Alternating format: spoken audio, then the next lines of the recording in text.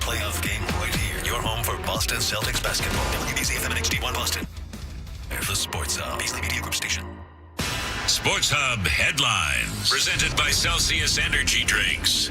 Celtics and Magic play Game 2 of their first-round playoff series tonight at TD Garden. Boston up 1-0. But yesterday, Celtics announcing Jason Tatum doubtful for Game 2 with a bone bruise in his wrist. Pre-game coverage starts tonight at 6:30. Tip-off with Grandy and Max at 7 here on 98.5 The Sports Hub. Celtics' Peyton Pritchard yesterday named the winner of the NBA's Sixth Man of the Year award. Last night in the NBA, Pacers over the Bucks. Indiana leads that series 2-0. Thunder top Memphis to make that series 2-0. And the Lakers over Minnesota to even that series at a game apiece. Red Sox got 5 solid innings from Brian Bayo in his season debut. Beat the Mariners 8-3. Game 2 of that series tonight at Fenway. Bruins set to hold a press conference later this morning. Team CEO Charlie Jacobs, President Cam Neely, GM Don Sweeney, all going to take questions for the first time since the season ended last week. Stanley Cup playoffs last night. Florida Panthers take Game 1 of their series over Tampa Bay 6-2. Toronto beat Ottawa in overtime 3-2 to take a 2-0 series lead. Carolina 3-1 over New Jersey. Hurricanes are up 2-0 in that series. Minnesota beat Vegas to tie that series at 1. And the New York Islanders announced they're parting ways with longtime president and GM Lou Lamoriello. Sports Hub headlines brought to you by Ketchus Law. At Ketchus, they're specializing in helping those who have been injured, not only from a one-time incident, but from a lifetime of hard work and labor. Does this sound like you? Visit KetchusLaw.com. I'm Ryan Johnston on Boston's Home for Sports, 98.5 The Sports Hub. More headlines in around 30 minutes. Get There's the potential there for big stuff. 98.5 The Sports Hub app. Get the app. Ladies and gentlemen, I need all of you to stop what you're doing and listen. Toucher When has that been necessary to fact check? and Hardy I am not known as Mr. Fun. on 98.5. Hey there. Sarge GPT loading up. Let me hear you say, "Bo, bo, bo." Crush me, mommy. Say my name. I'm a robot. I'm the son of the Pope. I'm a goddamn drag. Yeah, good luck, dude. That's like a good tushy. I love you. And I think you know that. Excuse me? Toucher and Hardy Watch Daddy and Uncle Freddie. Knocking back some fun. Having some fun. on 98.5 The Sports Hub. Let's go.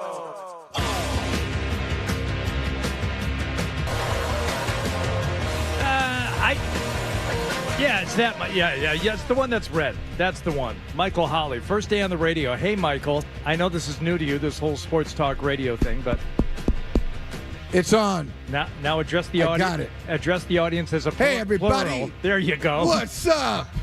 Ladies and gentlemen. It's good to be here.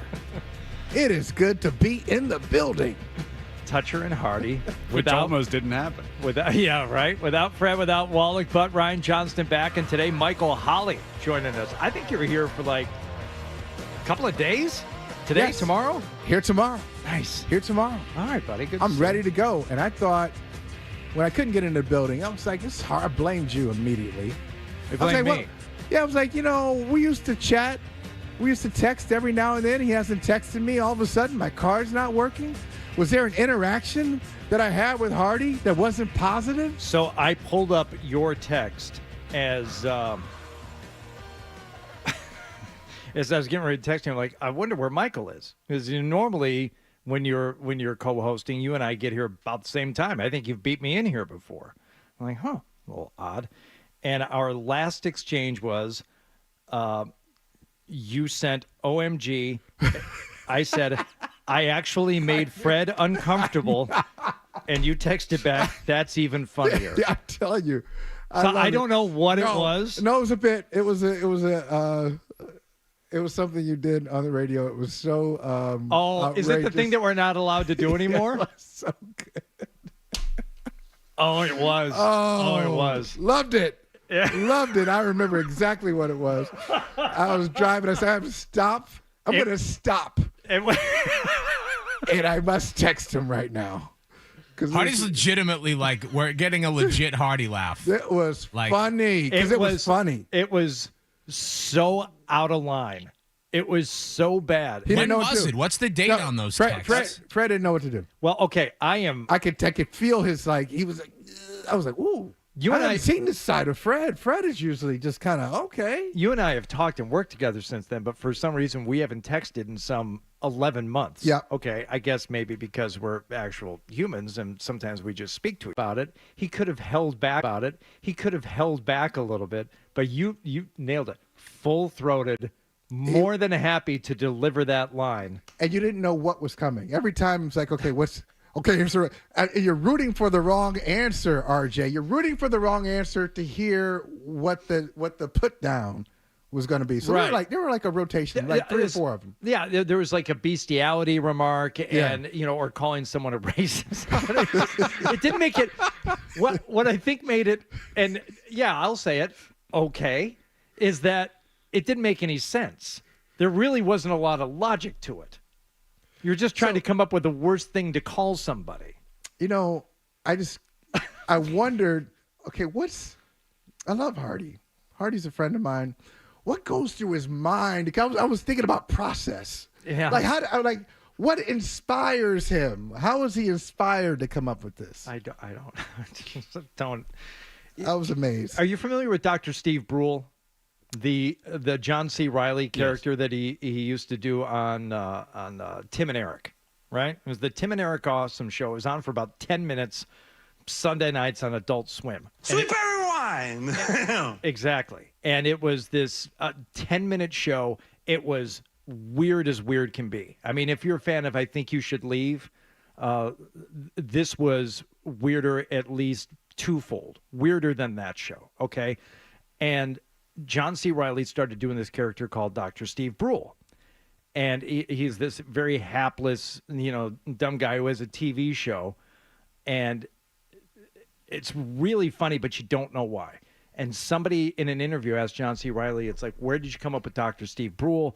How, where do the lines come from? Do you improv them? Are they written by Tim and Eric? And he said, you know what? I don't really want to, no offense, I don't want to talk about it. And the real answer is I don't know is the real answer with a lot of this stuff. But he said, my fear is that if we start talking about it, however funny it might be now, it will cease to be any kind of that funny. Like it's only funny because it makes no sense and there is no explanation for it. So I'm taking that road. So that's your explanation. That's my explanation. Yeah, you don't want to know. You don't know what did it. If it was a drive Did you think it was funny? I loved it. Okay. That's all we need. I loved it. That's all we need. Okay.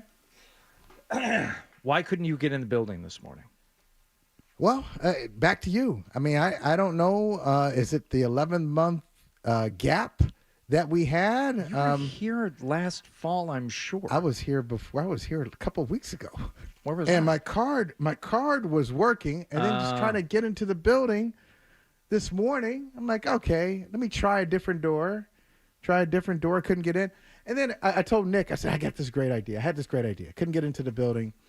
I was going to drive down to a different part. And I was like, yeah, there's a door open. He said, no, that's not open either. Probably not. No, he said, no, he couldn't get in. I bet it is. Although, no, you did work last fall and you got in fine. But I bet some of these tags are like timed where like you can't get in before a certain time. Because you said you got in a couple of weeks ago with it during business hours. It's a time thing, huh? Maybe it's like it doesn't, the time's out before like 6 a.m. But again. But 12, it starts, your mind starts messing with you. Like, do they not want me? Right, here? yeah, we don't want you. Okay, what is this? Right. What's going on? We did toy with the idea of if we were down a person in here today, we were going to have Nick come in and run the show, be the one chair, in and out of breaks, which, sneaky, you don't have to do as much talking sometime. If you're in the one, it's like, you're just kind of you're teeing it up for other people. So that actually playing point guard. That would be the role for Nick. Just, smooth operator, in and out of breaks, setting up things, facilitating conversation. I think that'd be a great role for Nick Gemelli. And I think Nick thinks it would be a great role. That's why I couldn't get into the building today. He was trying to make that happen. You're the one upset. That's right.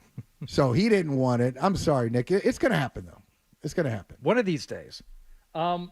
Michael, everything going well for you this spring? You and I haven't worked together, I think, in the calendar year of 2025. Everything good? Good enough. What's wrong? Good enough. What's wrong? I wouldn't say anything is wrong per se. What's not great? I a bunch of teenagers in the house. So a bunch of how about this? A bunch of teenagers and a bunch of dogs. Yeah. Well, my favorite story recently from Michael Holley was the fact that he was this close to getting rid of one of his dogs, and he couldn't have been happier about it. These are 3 pugs. 3 pugs. Okay. And one was identified as the troublemaker. And I'm like, what do you do? He's like, I'm going to get rid of it. And I will let you tell it. But the decision had not only been made by you, you were thrilled about taking this dog, presumably to the Walden Woods, and just setting it free. No. So it's a little more elegant than that. They call it rehoming these days. Rehoming a pug. You can rehome the pugs, and there are lots of people who are looking for. Of course, but they don't know. They're looking for massive medical bills, lots of trips to the vet, all kinds of strange sounds and grunting and wheezing going on. They are so outrageous. So out of the 3 pugs, 2 of them wear diapers. How old are they? Too old to be wearing diapers. Well, no. I mean, are they so old? A senior dog. No, because the senior thing. Because I have sympathy for that. Come on, I'm not heartless. So if it's a senior pug, which we had, we lost one of our pugs, the pug that I liked, pandemic. So 2020, September of 2020, we lost a senior pug who was incontinent. Okay, got it. It didn't go upstairs anymore. Could only see out of one eye. That whole thing, just like okay, we love that pug. But these pugs are young, strong, and diapered. And so what they did the other day, RJ, this is Why nuts. are they diapered? They're because they just pee all over the damn place. They pee everywhere. You don't live, I mean, I don't want to blow up your spot, but you're not living at the top of some high rise. I mean, you have a place where you can easily take them outside, yes? Yeah, it doesn't matter. You can take them out 5 times a day. You can take them out. They can make outside, then come back in the house and pee. They are awful. And so the other day, bad dogs. This is really next level. There are no bad dogs, only bad owners. So two of the 3 diapered pugs, the door opens. This is like last week or a couple weeks ago. Door opens and all of a sudden they make a mad dash out the front door.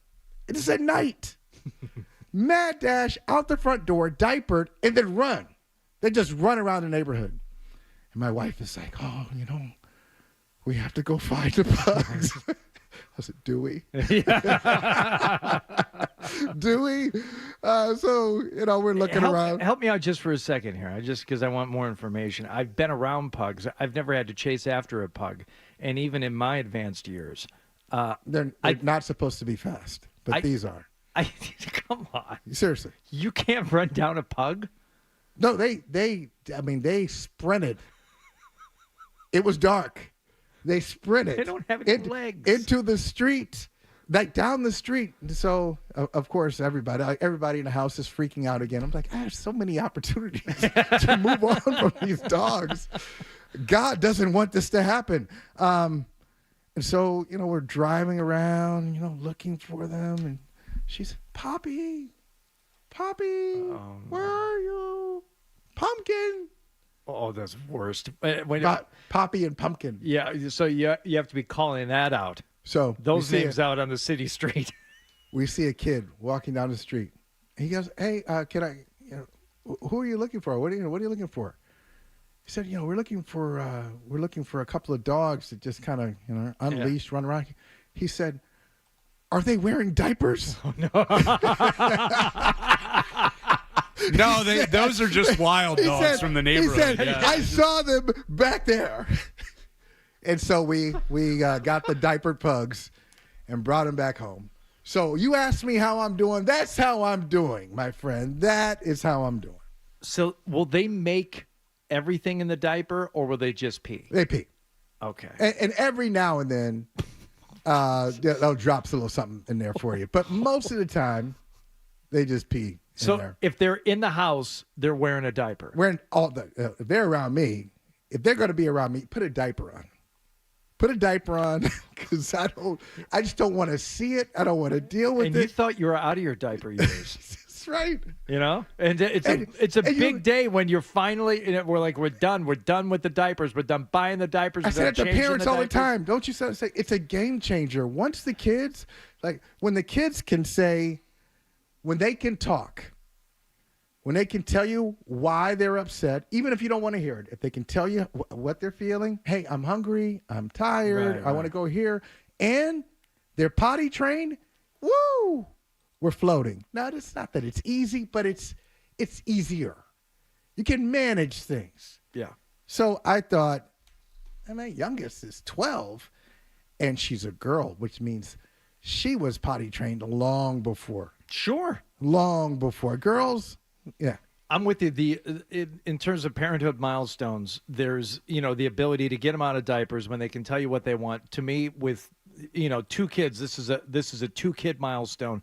When the first kid is old enough to climb in the rear driver's side door, climb across, buckle themselves into the booster seat, and all you have to do is take the younger one and get them strapped in. It saves you that double entrance, walk around, got the one, keeping track of the other, busy parking lot. You don't want anyone, to get run over, and it's stressful. It's like, no, I got both of you. You open one door, you in all the way over, buckle up. I'll take care of the tiny useless one here. Truer words have not been spoken. That was huge. Don't you hate when you go to there's a parking spot, you're waiting for a parking spot, and you see a young parent. The young parent's got to put the kid in. I'm like, you know what? I'm not going to wait. Seriously. I'll find another spot because it's going to take you 12 minutes just to get the kid buckled in, and you're going to make sure the kid has a little toy and everything is fine. Or you got your animal crackers, Cheerios, you got your sippy cup. Okay, and now I have to be very careful because I'm a careful parent. It's my first kid. I'm going to make sure. Yeah. Back up and very slowly. I was there. You were there. Move out of the spot. I have no patience for those people. And I was that person for so long. I'm like, oh, you idiot. Strap them in or don't. Just drive careful. How far are you going? Just go. I'll drive around. I'm not going to wait for you. You see them coming? The strollers. Nope. We're good. I don't know if there's a worse parking lot that I go to with any frequency for that than Legacy Place. On the days when I'm dumb enough to try and park down below at Legacy, instead of just going straight to the garage, just go straight to the garage and But then you got to walk across. Yeah, and you know what? It's always better because you park right away. You get a few more of your stair count in for the day, going up and down. It's better. It's faster. It's just. But on the days when I'm dumb enough to look for a spot out there, I'll see one, and more than half the time, it's somebody fiddle-effing around with the kid, positioning the mirror so that they can see each other and make the goofy face. You gotta go. You gotta go. You gotta go. But at least at Legacy Place, then you gotta. If you just keep circling, there's spots popping open all the time. Cars coming from all directions. Daddy needs his pizza cupcake. Let's go. Let's go. I've been thinking about this for 3 days. I've already made the bad decision. Let me go get it. Pizza cupcake? Yeah. And there's a spot there. Okay. All right. I haven't tried that yet. I'll check it out. I think just calorically and health-wise, you're allowed like 2 a year. That's it. But you're good, man. You look good. Well, thank you. But once you make the decision and the Louis C.K. style, I've already made, the bad decision. That Cinnabon is going in here. Whether you want to be on the news or not is up to you. That's right. We got to do it. But it's happening. That's going to happen. All right. So what happened last night? We'll find out. We have 2 different drafts to talk about today. We talked about the first one yesterday, the Sports Hub Battle to the Death draft, but then the actual NFL draft. And for that, I believe Christopher Price will be joining us about an hour from now. Chris Forsberg going to be on. We got game 2 of the Celtics Magic series tonight. Ryan Johnston will tell us what's brewing before he goes to find out even more about what's brewing later on. We got a big chinwag happening down at the Garden today. Billy Jaffe on the show today, and Michael Holly is here. It's jam-packed. It's a great show. So what happened last night will be next here on the Sports Hub. Stay tuned for more Toucher and Hardy on the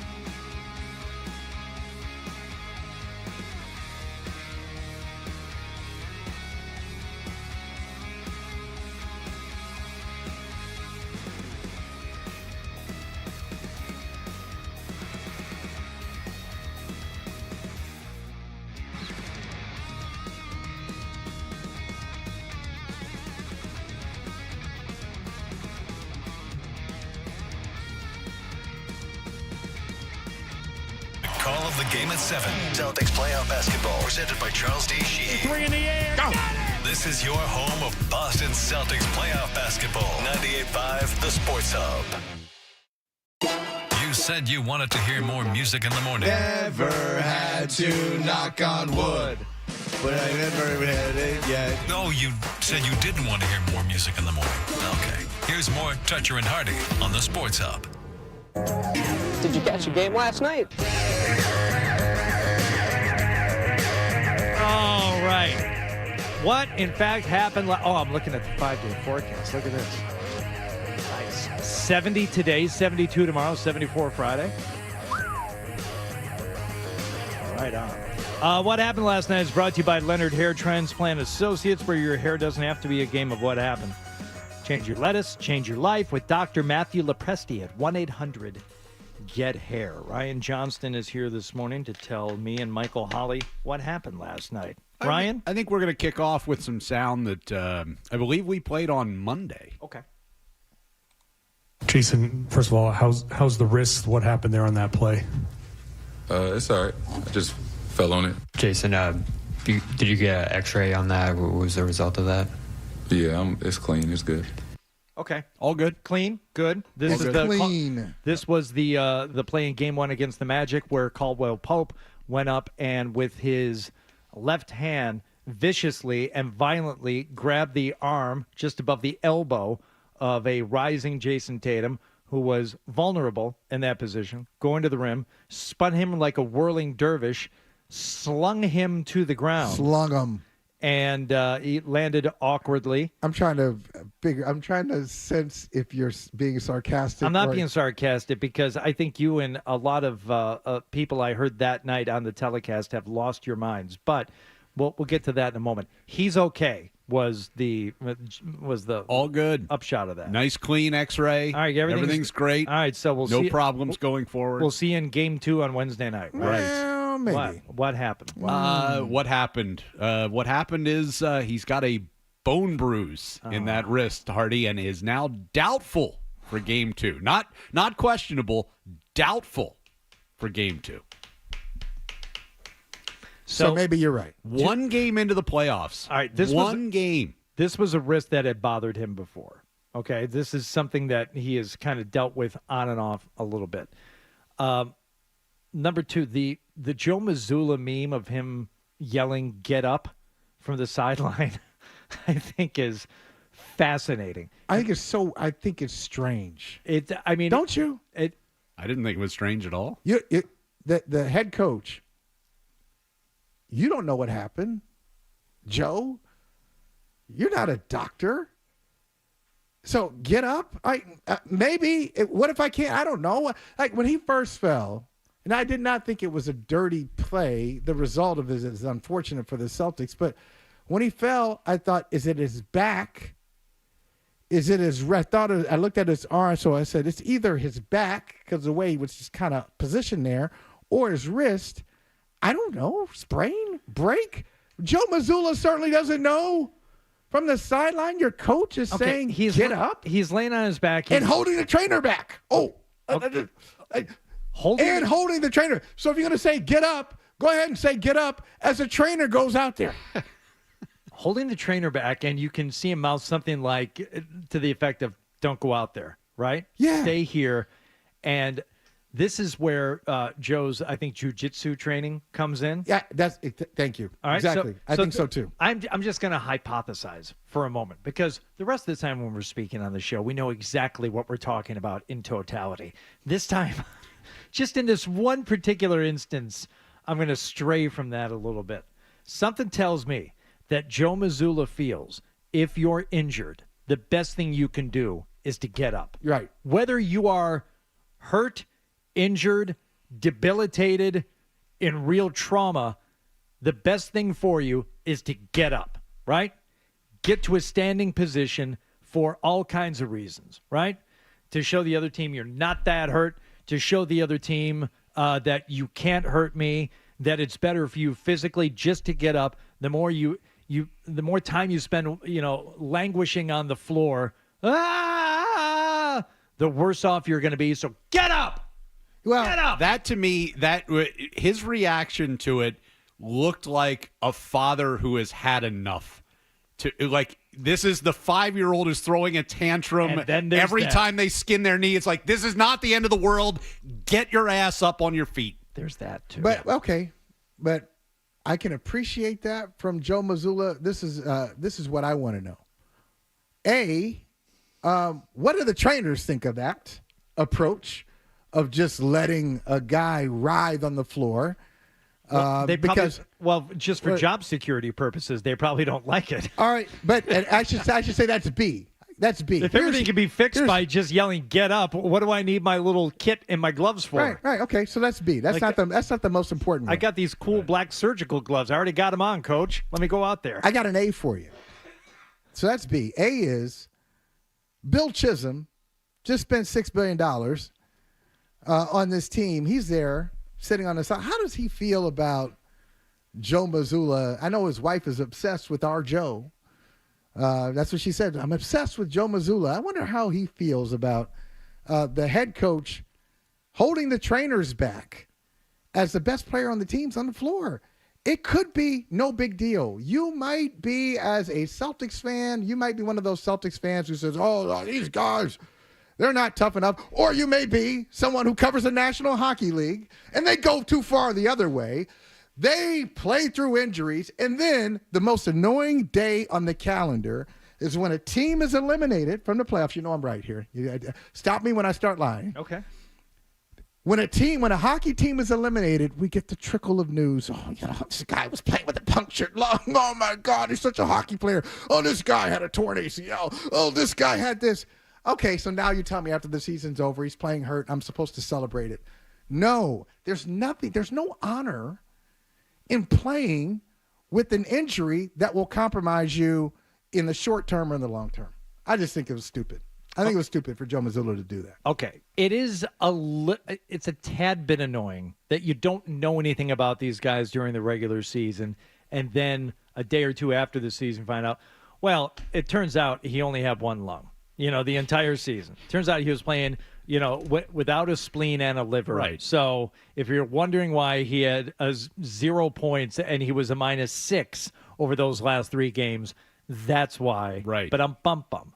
But let's not make too much or too little out of the fact that hockey players specifically play through more injuries than anyone else. They do play through more injuries, but if you're going to play through injuries, and that's going to be your thing, that's going to be your brand, I appreciate it. Just don't come back and tell me that you did. It's almost like you're looking for the applause.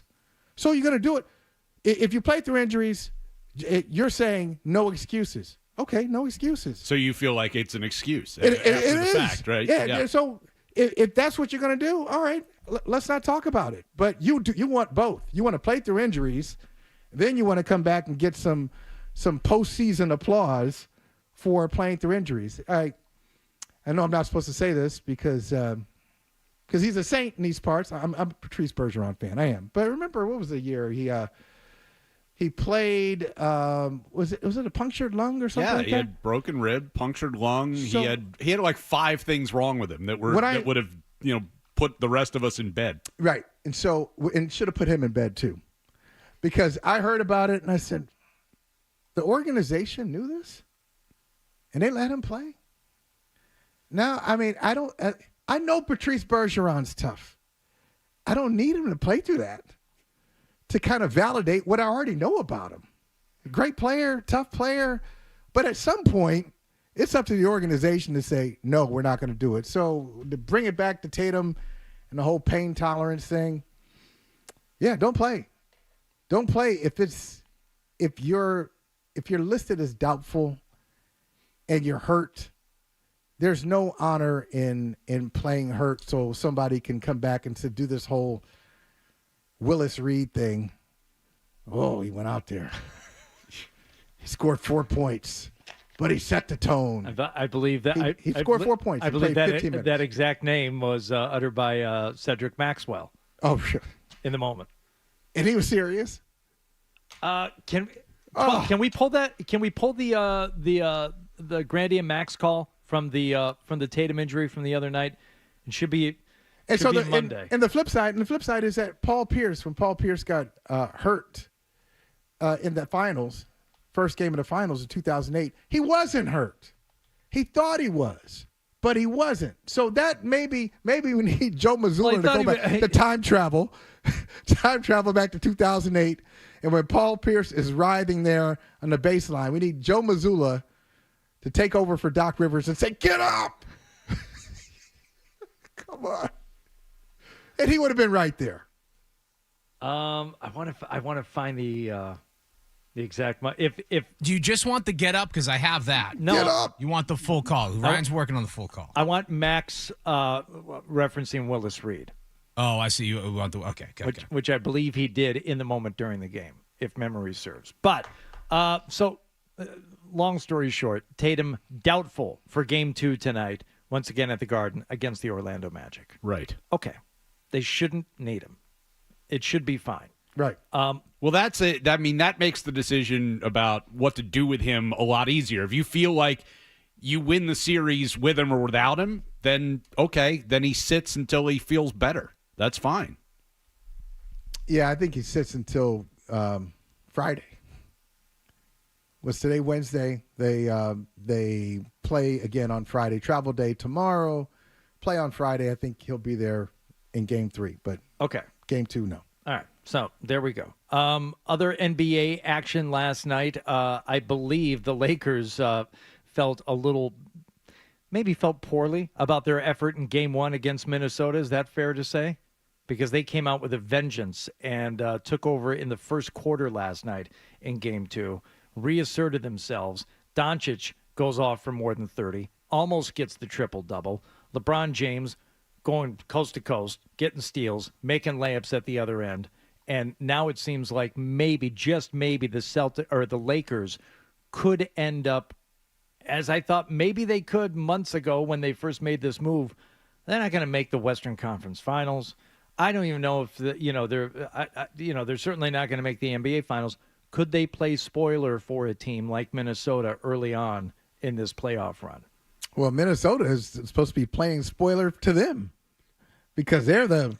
But if you had asked me 3 months ago who would be playing spoiler to who, based on the standing, the Lakers would end up playing spoiler to Minnesota. And I understand the seeding now is different, but there's plenty of people picking Minnesota in this series. I think I'm going to stick with Minnesota in this one. Because when I was watching this game last night, and it's funny how it happens in NBA games. So they win Game 1. The Timberwolves do. I was about to call them the Twins. The Timberwolves win Game 1, and early in the game, I think Luka made a shot. It was a great shot. I'll give him credit. Drove the lane. I think Randall was on him, and he kind of had Randall on his hip, and he kind of stepped back and made a floater. Beautiful.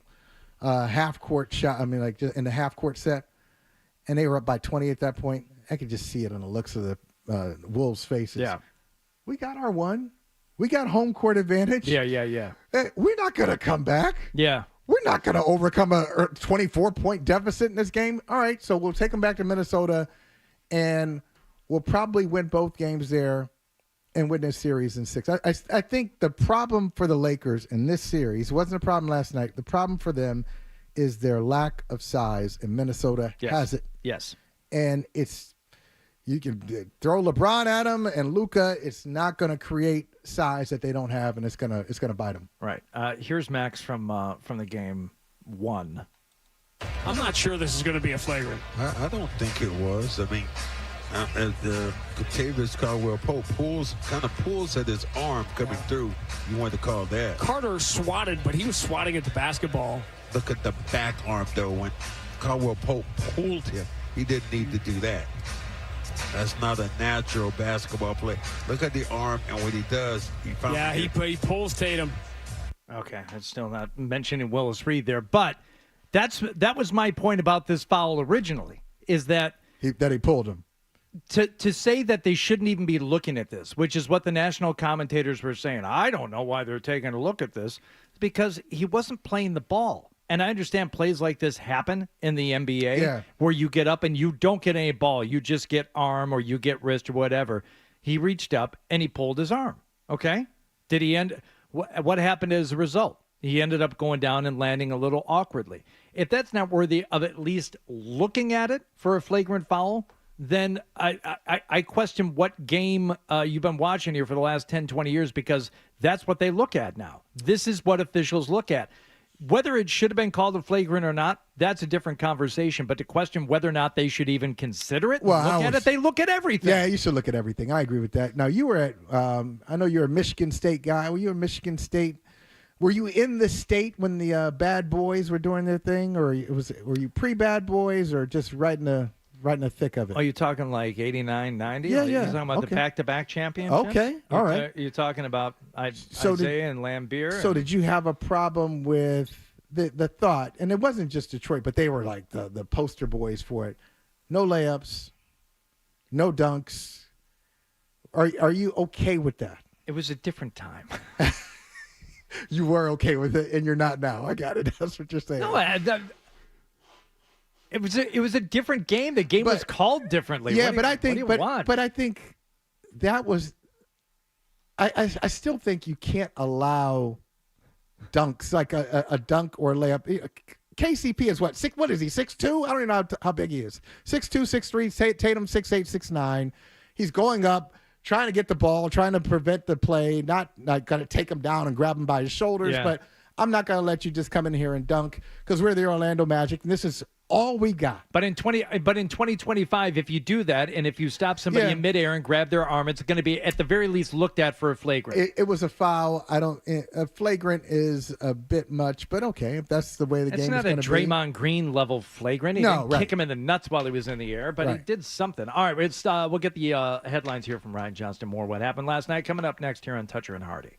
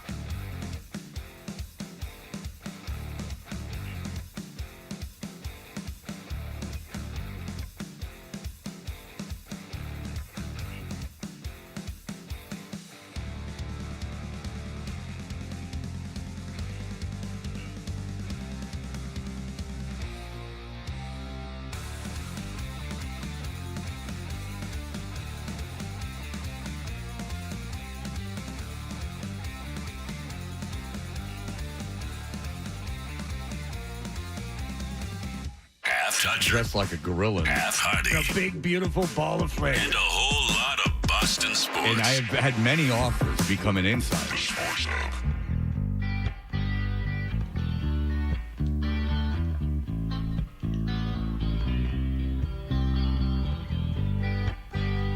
Adam 12 told me that I would enjoy this rejoin. I don't know what it is yet. Hold on.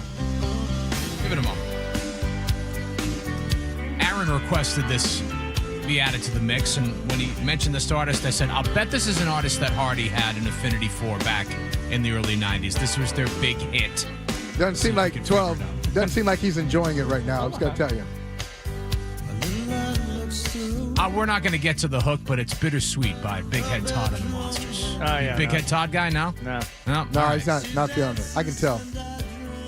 The See, energy, that's in the Hardy wheelhouse, though. I'm surprised that you don't like this. different wheelhouse. I guess. I never played him on the radio. So Okay. it's kind of your job to become familiar with the bands that you play on the radio, and that takes up a lot of your time. And Sure. I never had to play them, so I never really got familiar with them. And then, it wasn't one of the fringe things that I sought out and then got really, really into, like my man Lyle Lovett. He's coming. You're going to see him live. I will be seeing him. Do you know what the tickets are going for his Lexington shows? Too much. And again, I didn't get them when they first went on sale, but they were pricey, at that time. If I wanted to go now and get seats worth having, for the two of us to go, it's well over $1,000. All right, how big is the place? Where is he playing? It's Cary Hall, so it's 500 people, maybe? Only 500? I don't know. It's a small. So that's why so much. So we're going down to Cranston. Okay. An old date night in Rhode Island. We'll make an evening of it. You got some recommendations where to have dinner? Are you going to get a hotel so you can do unspeakable things that you won't do at home? Well, again, Good callback, RJ. I'm an early bird. Okay. So yes, the idea of driving back. I love the way you think it, RJ. All the way from stuff. Cranston to Well, Canton. he brought this up the other day. He does things in hotels he will not do at home. I mean, don't we all? Thank you. It's like I was speaking to a bunch of goody two shoes around here the other day. I'm like, there's something about the hotel relations with your wife that are different from your. The same home where you're folding laundry a few minutes, beforehand, or you're watching. Kids can walk in at any time. Yeah, you're watching. Don't you knock? Yeah, this is the same bed we're watching TV with the kids in. Pugs and diapers running around. Exactly. It's not. You get it. It's not sexy. It's not cool. To quote Dirk Diggler, it's not cool. It's not sexy. But the hotel, all right. Yeah. Now we can. All We can be kinds different. of possibilities now. Be different people now. That's right. Right. Let's get after it. So, yeah, there will be an overnight, but mostly because I don't want to make that long drive from Cranston to Canton. It's got to be at least 45 minutes. I can't be doing that after a night of Lyle Lovett and his unique brand of Texas swing. I can't be doing that. Continuity. You got to keep the energy going. So this is good. If it ain't new, it's through. Okay? All right? Just keep it fresh. All right. What else do we need to get to from last night, Ryan? You were talking about Big Head Todd not in your wheelhouse? No, I was talking sports-wise. Well, I was going to make a transition. Okay. Tristan Casas finally got one in the wheelhouse last night. High fly ball center field. Rodriguez. Back it up. It is gone. Home run, Tristan Casas. He gets it out to straightaway center. And the Red Sox blow it open. Oh, he was due high into the night for a 3-run blast. Back it up. You're a real fine hitter. Why don't you back that thing up? Atta boy, Tristan. All right. So Red Sox against a less formidable opponent than the White Sox. Hopefully, they can salvage more than a split, or what did they take? They took 3 out of 4 against the White Sox. They took 3 out of 4 against the White Sox. But so you got I to guess do. that was pretty good. Right. You have to do that against the White Sox. Yeah. Now you got the Mariners. No. No. But against Seattle now, they have taken the first of, what is this? Are they doing 2 or 3? 3. Okay. All right. So they will go. So you got to win 2 out of 3. Thank you. You have to. In order to win the series. No, I'm yes. saying, but forget about winning the series. I mean, just like from a Red Sox perspective. One would hope. Right. What's going on with the 6:45 starts? Is this just an early season thing, or is this something that we're doing now? I think isn't this usually kind of like an April, September? They start the games a little bit early. I can't remember. Yeah, 6:45. 6:45. No, the early starts. I don't remember 6:45. I know they used to mess around with between 7:30 and 7. Can you imagine a baseball game starting at 7:30? I hate it. I hate it. The Islanders start their games at 7:30. It's such a waste of a half hour. I got to say though, for baseball now, it's a lot more tolerable than it was even just a few years ago. Without the pitch clock and the game. The game moves. The game is faster. And I will say I was one of those, you can't mess with the sanctity of baseball. Oh, no. really? No, I'm off that. After seeing it, love the pitch clock, love the just the efficiency of the game now. Yeah. Brian Bayo last night with the one earned run on 4 hits. So, all right, good. Good for the Red Sox. I will start watching them in earnest soon. It's a little early for me. Start watching and, guys, start going because I'm soft. When it comes to April baseball, nobody's trying to sit out there when it's 37 degrees at 7 or 7:30 in New England watching a baseball game. Freezing. It's that tweener weather that gets you. Yesterday, I spent a lot of time walking around downtown. I mean, like hours, killing time, right? Yeah. Both my son and daughter were down there. I'd taken the train down with my son so he could meet up with friends. But my daughter was down there separately. So I go off and do my thing, and I'm done. And so I've killed an hour and a half, and now I've done everything I've needed to do. And I said, wait a second. We have our little family share plan here. I can see where she is. Maybe I'll go visit the girl. So I called my wife first. I'm like, I'm going to go find Katie. She said, do it. Just do it, because nothing she would hate more. So she's standing in line to get into this store. I think it's a Brandy Melville store. I don't even know what Brandy Melville is. I don't either. But it's so popular that one must stand in line to get in. So, and there's a line of, 20 girls, and they all look like my daughter. They're all standing there. So it takes me a minute to identify which one is her, because they're all essentially dressed the same. And I rolled up on her and her friends, and I changed my voice just enough. I said, hey, I need to cut in here. And they all jump back for a second. The look of horror on her face. It's like, what are you doing? Why are you here? I mean, I need go into Herman Melville here. I need something on Wales. I got to go in. It's not called Herman Melville. Right. The whole thing. Right? Yeah. But it's that tweener weather, and I felt it yesterday walking around. I had a light hoodie on, which was too warm. 1 minute, the next minute, I'm freezing when that wind kicks up. So I'm with you, Michael Holley. If you're sitting out at the ballpark for hours, how do you dress? What do you do? They should do it. The opening day should be Patriots Day. So no games at Fenway before Patriots Day. Patriots Day, it's marathon. It's Marathon Monday. It is your official home opener. Yes, started at 11, just like you do now. Yeah. Okay, here it is. It's a festive day in the city of Boston. But anything before Patriots Day, they should be doing day games all this week. Unusual. Yes. They should do day games every day this week. Play day games in April. Yeah. Or play day games. Yeah. Yeah, especially this week when a bunch of kids are out of school. Just do it. All right. I don't know how this is going to go. We workshopped it yesterday. We're going to try and do a draft. James Earl Ray again? No. I was told not to say it anymore. I mean, I promise. For somebody who wasn't listening like 45 minutes ago, that really is out of context. I promised That's true.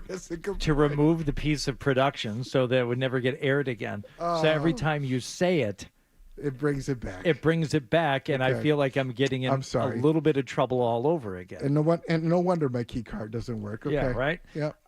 But a draft of Sports Hub staff, we'll see how this goes. We'll try it next.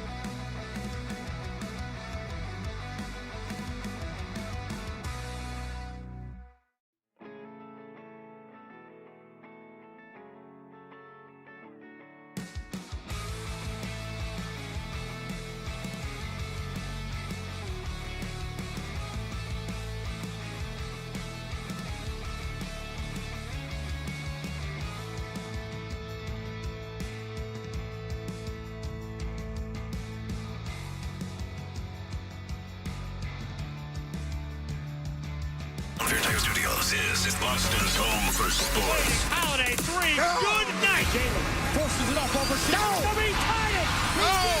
WBZFM and HD Boston 98.5, the Sports Hub. Beasley Media Group Station. Sports Hub headlines. Presented by Celsius Energy Drinks. Celtics and Magic will play Game 2 of their first-round playoff series tonight at TD Garden, but Jason Tatum doubtful for the game with a bone bruise in his wrist. Pre-game coverage starts at 6:30. Tip-off with Grandy and Max at 7 o'clock right here on 98.5 The Sports Hub. Celtics' Peyton Pritchard yesterday named the winner of the NBA's Sixth Man of the Year award. Last night, around the league, Indiana takes a 2-0 lead with a win over the Bucks. The Thunder top Memphis. That series also 2-0. Lakers and Minnesota even at a game apiece after L.A. picked up a win last night. Red Sox get 5 innings out of Brian Bayo in his season debut. Beat the Mariners 8-3. Game 2 of that series tonight at Fenway. Boston Bruins management will hold a press conference at TD Garden this morning to take questions for the first time since their season ended last week. Stanley Cup playoffs last night. Florida Panthers 6-2 win over Tampa Bay. Take game 1 of that series. Toronto has a 2-0 lead over Ottawa after a 3-2 overtime win last night. Carolina leads New Jersey 2-0 after the Hurricanes win 3-1. And Minnesota with a 5-2 win in Vegas. That series is tied at 1. New York Islanders announced yesterday they are parting ways with president and general manager Lou Lamoriello. Sports Hub headlines brought to you by Rapid Flow Sewer and Drain Cleaning. This spring, a tree root may damage your sewer lines. Do what Beetle did. Fix it with no-dig pipelining technology. Call 800-286-FLOW or visit rapidflowinc.com where one call solves it all. I'm Ryan Johnston on Boston's Home for Sports, 98.5 The Sports Hub. We got more headlines in around 30 minutes. Boston plays here. Pritchard, half court. It's in the air. He got it. He did it again. 98.5 The Sports Hub. What's the best way to listen to Toucher and Hardy? Well, you're going to have to spend $40. Cough it up, and let's get back to Toucher and Hardy on the Sports Hub. We'll have the first pick. Wow. Ooh, Michael Holley on the clock. Well, listen. Round 1, fight. I could run my card up to the podium right now. I can tell you, I know this guy can Are fight. you accepting trade offers? I am not. I am not. I'm like the Tennessee Titans. We know who we're going to take. I'll give you my second and third rounders. Right. I just need one guy. Yeah. Some of these I got a day 2 pick that's available right now. If I can move up in the draft. We know in some drafts. This it's is a it. projection. Hold on a second. Ryan just brought up a very interesting point. If day 2 is going to be comprised of producers and nighttime hosts, then yes, you can trade day 2 picks right now for other picks. So think about it. James Stewart, Tom Morgan, Joe Murray, these guys are all going to be available tomorrow. Right. I have an even more interesting twist. Ryan Johnston will not be here tomorrow. Mark Dondera will be in that chair. So, in effect, the GM is being fired during the first round of the draft, and a new GM is taking over. Wow. So, RJ, you're going to be picking a team for another general manager. Right. Something to keep in mind. As Has you that make ever your picks. happened before? It's never happened before in the history of Day this 1 thing, drafter, day 2 drafter. which is existed for 7 minutes. All right, so fellas, look, some of these are projections. You wonder if a guy can fight. My choice, I know that he can fight because he kept me from getting my ass kicked some 10 or 15 years ago. We are happy to select Mark the Beetle Bertrand with Why our not? first We'll overall happily pick. take your money. Why not? Okay, Mark Bertrand is your number 1 That's overall my pick? number 1 pick. That's a shocker. I was about to get beat down on the Cambridge-Arlington line. What was that place? What was it, Games or something? I can't remember the name of the place. He'll remember. Some Bruins fan, RJ, didn't like what I was saying about hockey. I was like, dude, don't you know I don't know hockey? Don't you know that? He didn't like what I was saying should get about a pass. hockey. He was trying to come at me, and Beetle stepped in and said, hey, like Ice Cube in higher learning. We got a problem here? We got a problem here? We got a problem? We got a problem? So Beetle's my guy. I thought it was going to be more like Ice Cube in Boys in the Hood, where he just stands up on the porch, lifts the shirt, shows the gat. What's up? What's up? What's up? What's up? Okay. Was he forceful in the way he delivered a fight didn't happen. Okay. So he was forceful enough. This is unbelievable. He was convincing. Wow.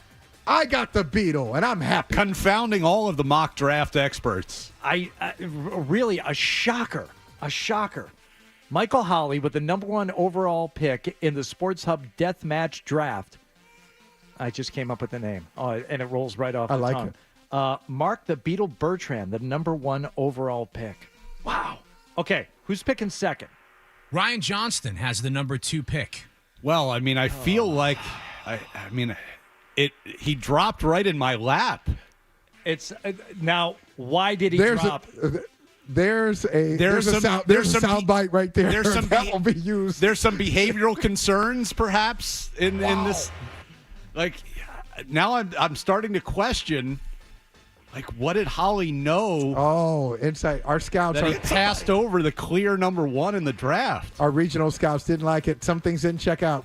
Look like zombies that can barely complete a pass. Oh, that's Tim McCone. But maybe talking about your guy. I'm not sure. I mean, it's got to be Scott Zolak. I would think so. He's a former professional athlete. The pick is in. He's crazy. He did his time, though. Former professional athlete did his time. What's up with the knees? I don't know. Knees, shoulders. There's a He's taking a lot of hits. Clearly the strongest of the group here. On paper. Is he the craziest, though? Yes. You think he's the craziest? I don't know. He's certifiable. Yes. But with Beetle gets quiet sometimes, and I wonder what's going through his mind. You got to watch out for those the silent ones. I'm happy with our pick. Our fans are happy too. Oh man, I just realized this is a 2-man draft. See, I don't think it is. Because I had my strategy in place, and I didn't expect that that Zoe would still be there at number 2. So you got to take the best overall that's still on the board. Don't draft for need. You can't draft for position. You got to draft. Just take the best overall when you're picking number 2. It's a battle to the death. Yeah. And having Beetle and Zoe off the board, picks 1 and 2, albeit not in the order we thought they would go, is a shock. But look. The drop-off in talent at this point is enormous. I disagree. Who are we left with? The morning show, right? Right. Me, Fred, and Wallach. Yep. Who we can just name Mr. Irrelevant right now. I mean, let's come on. Wow. We've got Tim McCone left, and then we have Felger, Maz, and Big Jim. Right. Okay. I don't love it. But just for the size and the reach, I'm going to have to go Big Jim Murray. I think you left out an important. I think what Mel Kiper would tell you right now is you have to think about the anger factor there. Right. Jim Murray is an angry man. Yeah. That will come out in a death match. Until he takes his medicine, and then he's not so Well, you got to make anymore. sure you keep him off keep him off of the weed right before the the death match. We got to fight here. This is not the time to be reasonable. Exactly. Okay. All right. Round 1 complete. Michael Holley with the first overall pick takes Mark the Beetle Bertrand. RJ went with Scott Zolak. I went with Big Jim Murray as my first pick overall. See, in the back room this morning, I was saying, no, this isn't a snake draft. We don't need to do it. Man, I wish it were a snake draft right now. But too late for that. We go back to... It's too bad you ended up with the best record in the league this year because, you're picking last in each round. We go to Michael Holley, who now has the 4th overall pick, his 2nd pick in total. What is it, Michael? Well, when you started to say size and reach, I thought you were going to take my guy. And you didn't. You went Big Jim Murray. I'm going to go Fred Toucher. Oh, man. Get her out of there! Fred Toucher. No, Nick. Now we have photographic. What's he? 6'3", 6'4"? What's Fred? Now we have photographic evidence of Fred Toucher having been in fights, and it did not go well for him. Well, have you ever seen the pictures of him RJ, laying in a hospital bed? He wasn't on the right team. All beat to hell. He wasn't. He didn't have the right. He didn't write the right supporting cast. He wasn't on the right team. See, he's not going to be our ace here. He's our complimentary guy. I tell you what, you got a hell of a team so far because with both Beetle and Fred, you have two people who get irrationally angry. Yes. That's what fighting is all about. At people and things, and that's really what you have to be irrational. And there's very little. And won't let it go. It just will stick with it. Won't let it go. Right. Oh, what a team you're assembling. I like so my far. team. All right, RJ, pick number 5, your second selection in the Sports Hub. All right, so death match left on the board. Draft. We have Hardy, Wallach, McCone, Felger, and Maz. That's what's left to choose from here. I am going to go with my second round pick because I feel like he would kind of fight dirty. Tony Maz. Oh, it's Okay. not okay. It's not bad. I think Tony Maz is not above really, going to the jewels. Yeah, like that's right. it's gonna get dirty. Yes. It's about survival. I hate it. It's so dumb. No, it's not dumb, No, Felger. it's a smart pick. That's not dumb. You guys think I'm horny in the afternoon? Well, I don't know When what you that- pick Maz, do you get Naughty Maserati as an add-on? Yeah, it's like an alter ego that Yeah, he could there you go. summon. Got to have a cheat code for that though. I'll say- That's his right. his Down, outfit left, changes. left, right, start, select. You know what I'm sensing here, RJ? There's some real wrestling going on with Hardy. Like, he doesn't know where to go with his board. Well, Right. my team is going to get their asses kicked. He doesn't. He has no idea. Do you pick yourself? I mean, that's Well- the other thing that Hardy's got hey, going on. player coach. I was projected as a third rounder from day one in this. Player coach. Go ahead. I have an idea. So you have Hardy, Wallach, McCone, and Felger are I have the an remaining idea. pool. And it's an alliance. It's an alliance of people who feel slighted, undervalued, This is good. underutilized, and they're going to take it out on their competition.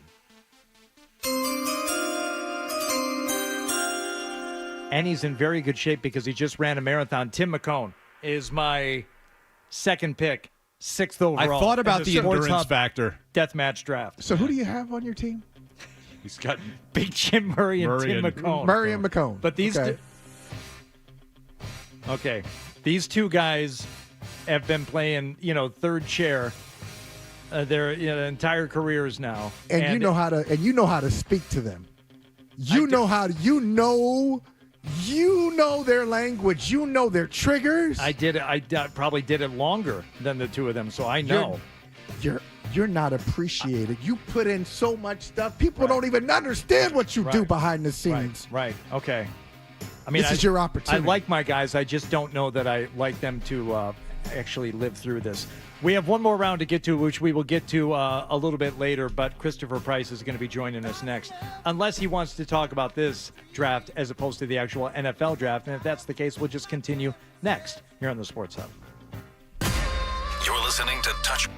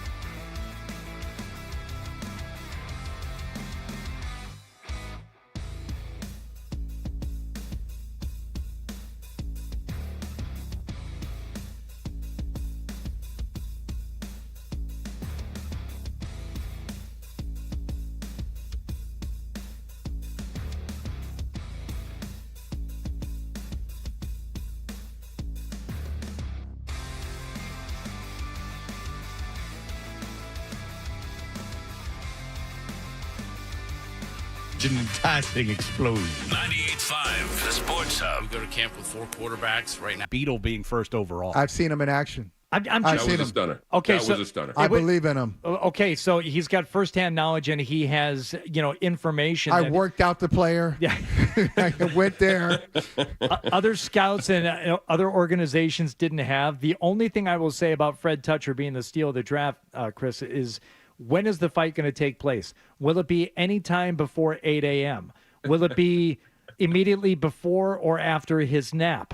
Will it be after he's had to make a long drive in the car to go watch a baseball game? I mean, there are many times and many points during the day where Fred is going to be, the kindest way I can say it is lethargic. The unkind way would be sloth-like. And I don't know that that's going to lend itself to a great battle royale. The flip side is, though, when you get him on the right day in the right conditions, he is so much better than so many of the other fighters, at least, that have been taken so far in this draft. He reminds you of somebody. He's kind of like a George Pickens kind of guy, right? Yes. When he's on his game, oh, wow, he's an all-pro. Yeah. But you're more likely, just in terms of probability and timing, to get Mike Tyson running a fever after he caught the clap from the prostitute and, getting his head caved in by Buster Douglas. Which time? Which time? Which time is that? All right. Well, that's the other draft. The real draft is the one that begins tomorrow night. Are you completely sick of talking about it yet? Yeah. It feels like it's gone. Every year it feels like, we can't pack more time into this, but somehow we do. And look, part of it is that the Patriots are so lousy toward the end of the year. We were doing draft stories in I was writing stories on Will Campbell in November. Yeah. And so that's part of the reason why that it feels like it's gone so long. But there's also the great uncertainty about this. And look, you guys know this, Michael, you can talk to this, that there's so much uncertainty around this year's draft for the Patriots because last year you knew they're going to take a quarterback. Years before, it's like they're picking in the teens, the 20s. They didn't have a pick. It was just the best player available. Now there's so much uncertainty when it comes to what the Patriots are going to do. Although it feels like right now we're riding the Will Campbell Express. Okay, so Christopher, let me ask you this, because I'm not surprised that you were identifying left tackle as a position of need for the Patriots as early as November of last year. Was the offensive line as bad as you thought it was going to be throughout the season, or were there times when you thought, you know what, it's not quite the horror show I thought it was going to be? No, it was bad. It was bad. It was absolutely worse than the phrase, Hardy. Look, man, the phrase I've used over the last couple of years is specific to last year. Actually, the offensive line was apocalyptically bad, and you go back to the start of the 2023 season. You'd think that, okay, look, Adrian Clem is coming in here. Or 2024, Adrian Clem gets sick. They have the illness for the first free agent that Bill Belichick signed as a couple of years ago is Calvin Anderson. He gets malaria. Adrian Clem gets sick. They have just an absolutely horrible run of bad injuries. And last year didn't help because the offensive line coach, his rather dogmatic approach to teaching, I think rubbed a lot of the veterans the wrong way. And so you had that sort of clash as well. And so, look, for a team that had the same offensive line coach, going back 20 years, I think part of this is karma. But look, they've had 5 offensive line coaches in the last 5 years. They just need some sort of stability. I'm talking across the board. They just need some sort of stability in place for that position, especially when you talk about a young quarterback like Drake May. Okay, I don't want him to draft Will Campbell. I'll just say that right now. I don't want that to happen. Yeah. I want something exciting. So tell me, quarterback aside, a draft pick at number 4 for the Patriots that would both excite you and stun you. What? Oh, my God. I can't believe the New England Patriots just selected fill in the blank. If Abdul Carter and Travis Hunter are there? They're gone. They're gone. They're gone. Because you'll take one of those guys. Ashton Genty. Okay. And that would excite you. Running back. My colleague Ben Volen wrote about this, and I think he may have convinced me that he would be the guy who would, I think, surprise a lot of people, excite a lot of people. Look, he was the best offensive skill position player in college football last year, and the Patriots need offensive skill position players in the worst possible way. Now, I don't think that that's necessarily an overwhelming need, given the fact that Ramondre Stevenson has done fairly well over the course of his career. You have Antonio Gibson and the Patriots. And look, I know that this is a new regime, but the Patriots have always considered running backs fungible. There's a reason that Bill Belichick never had the same guy run for 1,000 yards in back-to-back seasons. It was just rotate him through. And so I don't think they would necessarily be all that excited about using such high-value draft capital on a running back at number 4, especially in this day and age. But Ashton Genty would be the guy who would really surprise me, excite me, and you could take a look at him and say, I can see how he might fit in this offense. How concerned are you? Because I think most of us expect that it will be Will Campbell. How concerned should we really be about him and his kangaroo arms? I don't think it's going to be a huge deal. Look, he's the best offensive lineman in the draft. He is. He's the best pure offensive lineman in the draft. And so you take him and you start him at left tackle. And if he can't play left tackle, you move him into guard and you still have an upgrade over what you had at this point last year.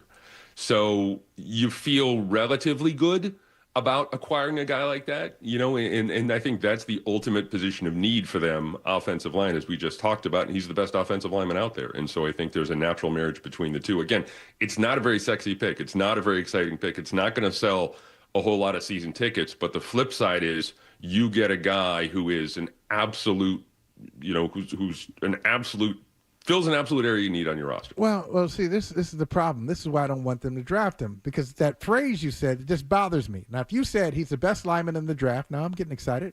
It is a little sexy. This is hotel room in Cranston sexy. Okay, all right.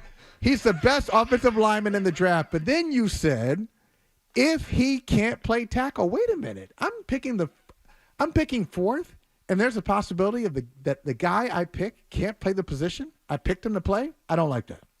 Yeah, it's completely fair. And this is why this is such not a lousy draft, but the 4 spot is such a horrible spot to be in this year for this team. If they had moved up a couple, if Joe Milton hadn't played as well as he played in the season finale, we're sitting here talking about Abdul Carter or Travis Hunter.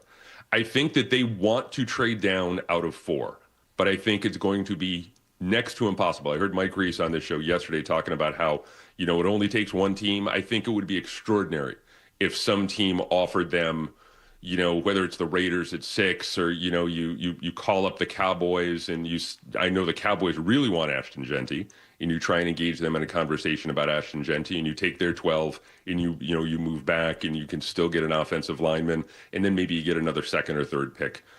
Somewhere along the way. But look, I think I will say this, like I said, it's going to be tough to move back out of 4. I think it's going to be easier to move up out of 38. You have 38, you have 69, 77, and I think 106. So you can use some combination of those picks to maybe get back into the back end of the first round. Okay, so we're talking about the fact that we don't expect Carter or Hunter to be there in order for that to happen. It seems most plausibly that the Giants are still thinking about things and they're looking at their quarterback situation. And this is what, Alex Barth was, I think, trying to convince himself of as much as me and everyone else, that the Giants are still having this conversation. Christopher Price, do you believe the Giants are still having a conversation about drafting Shedeur Sanders? Yes. Wow. Yes. Can you explain it to me? Because I still don't get it. I mean, you don't think he can play? I think you have 2 guys there that you have the same level of belief that can play to the same level right now in Russell Wilson. Those guys and are done. And Jameis Winston. I agree with you, Michael. Both of those guys are done. And then the other thing, too, you have to think about the Giants. The Giants could plausibly figure out a way to get, and the name that I keep hearing associated with the Giants is Jackson Dart. Now, not Jackson Dart at number 3, but maybe Jackson Dart at the start of the second round. So if you're the Giants, you can say, well, maybe we'll wait and get our guy at the start of day 2. So the Giants are the wild card in this whole process. I think, honestly, the Giants could be bullied into taking Shedeur Sanders. And, look, it's New York. It's bright lights. It's the son of prime. You got all of those great storylines associated with it that would seem to make an awful lot of sense. You also have to think about, look, Brian Daboll, those guys are coaching for their lives right now. That front office, if they swing and miss on this thing, it's going to be their ass at the end of the day. And so they have to make absolutely sure. So I think that goes into the conversation too when you talk about the Giants, if they're still having those conversations. I don't think the Patriots are going to be trading up to 3 or 2, as some people have hoped as well. So look, there's a lot to think about when it comes to the Giants in this year's draft. If it were to happen, okay, and you've got either Hunter or Abdul Carter available to you, this is the part that makes my head really, really hurt. Then I start thinking, we still need a left tackle. Yeah, you got to take one of those guys. But what are you going to do? Will Campbell's going to go to someone else. He's certainly not going to be there by the time you, even if you trade up out of that pick number 38, someone's going to grab him before that. So what would they end up doing at left tackle? There's going to be a run on guys toward the end of the first round. The Josh Connerleys. I think Banks is going to be there probably middle of first round. Simmons. There's a handful of those next tier offensive tackles, you don't want to talk about this either, but there's still some remainders left in the bargain bin out there in free agency. Yes. Nothing that would really kind of, light your fire. But shopping at Target, baby. For some reason, that's exactly what you want to do. You want to stop at Target to get a protection plan for your young quarterback, right? So I got a coupon here. Hello. But for Holly, this is weird because for you, I can tell. To you, that excites you, and you think of that as sexy way more so than picking without question, the best offensive lineman in the draft at 4. No, if you can get one of those other guys, let's go bargain hunting. That's right, because for a guy in the second round. Because as Christopher knows, he covers the team. Price, what is it? 3 offensive line coaches that the Patriots have, Doug Marrone and like 2 well-regarded assistant offensive line coaches. Yeah. So they got all these offensive line coaches. Offensive line coaches look at talent and say, give them to me. I can work with them. It's not just the individual. I can put him with 4 other guys. We can make this work. And so you don't necessarily need a top 5 pick to have a better offensive line in New England. But let me ask you this. Who's your favorite, and I know everybody has them, a guy like this. Who's your favorite guy in the draft? Like we all fall in love with a player. Like, oh, this is my guy. Who have you studied and you say, God, I love this player? An under the radar guy, or like one of the? Yeah, under the radar. I like Isaac Tesla, wide receiver at Arkansas. He's a day 2 guy. He transferred from like community college, and he kind of worked his way up, and he put up some great numbers the last couple of years for Arkansas. Just a really talented wide receiver who can do an awful lot of things for you. Not a day 1 guy, a borderline day 2 guy. But I was doing Chris Hogan and I do a podcast. We had Eric at home from NFL.com on, and he just raved about this kid. And I went back and I looked at him, and he checks a lot of boxes. He's not a number 1 wide receiver, but he is a guy who can give you an awful lot of depth at the position, steady, dependable, consistent. Just, again, a lot to like about this kid. All right. Christopher Price, what are you going to be tasked with over the next couple of days here? Just essentially rewriting what you've written, or is Michael, you do a lot of pre-writes at this stage. You do a lot of, the Patriots have selected Will Campbell with the 4th overall pick, and so you have that ready to go when that comes out. If it doesn't happen, it doesn't happen, and you spike it, and you move on to the next thing. But yeah, there's a lot of preparation at this point. There's a lot of preparing for all sorts of hypothetical scenarios, trade downs, trade ups. Bringing Will Campbell in for, to show him off on Friday morning, what that's going to look like. So there's a lot of preparation. There's a lot of getting ready for really 3 awfully long days on the NFL calendar. All right. Well, we appreciate you taking the time, as always. Christopher Price of the Boston Globe. Thanks, Chris. Appreciate it. Like I said. Take care, guys. Okay, we'll see you. Ryan Johnston will be leaving us early today because you got a big chin wag down at the Garden. Is that right, Ryan? Yes. Is it the front office? What is today's thing? Yes, the Bruins management team. Charlie Jacobs, Cam Neely, Don Sweeney, all going to be addressing the media 10:30 this morning. Okay, so Ryan will be leaving us, and Jaffe's going to be on with us at 9. So what I would like to do, we will continue, and we will finish up the 3rd round of our Sports Hub Death Match Draft at some point on the show today. But I want to find out from you a segment that we debuted yesterday that's called What's Brewin'? And, Michael, the reason why it works is it's BRUIN apostrophe. I like it. I picked it up. I love it. we're gonna try it again. And if it but is the U a coffee cup in the logo? No. Okay. I even put it on before you explained that. I put that on my little sheet here. That's the morning brew podcast with Billy Jaffe, and you can't mess with the coffee cup logo. But we'll find out what else is brewing with Ryan next after the headlines here on the Sports Hub. Essential Sports Hub headline presented by Celsius Energy Drinks. Celtics say Jason Tatum doubtful for tonight's Game 2 against the Orlando Magic. He's got a bone bruise in his wrist. Pre-game coverage starts here on 98.5 The Sports Hub at 6:30. Tip-off Grandy and Max at 7 o'clock. Peyton Pritchard of the Celtics yesterday named the NBA's 6th man of the year. Last night, Pacers beat the Bucks. Indiana leads that series 2-0. Thunder over Memphis. That's a 2-0 series lead as well. Lakers and Minnesota now tied at a game apiece. Red Sox beat the Mariners 8-3. Game 2 of that series is tonight at Fenway. Bruins will hold that press conference later this morning with Charlie Jacobs, Cam Neely, Don Sweeney taking questions for the first time since the season ended last week. Stanley Cup playoffs last night.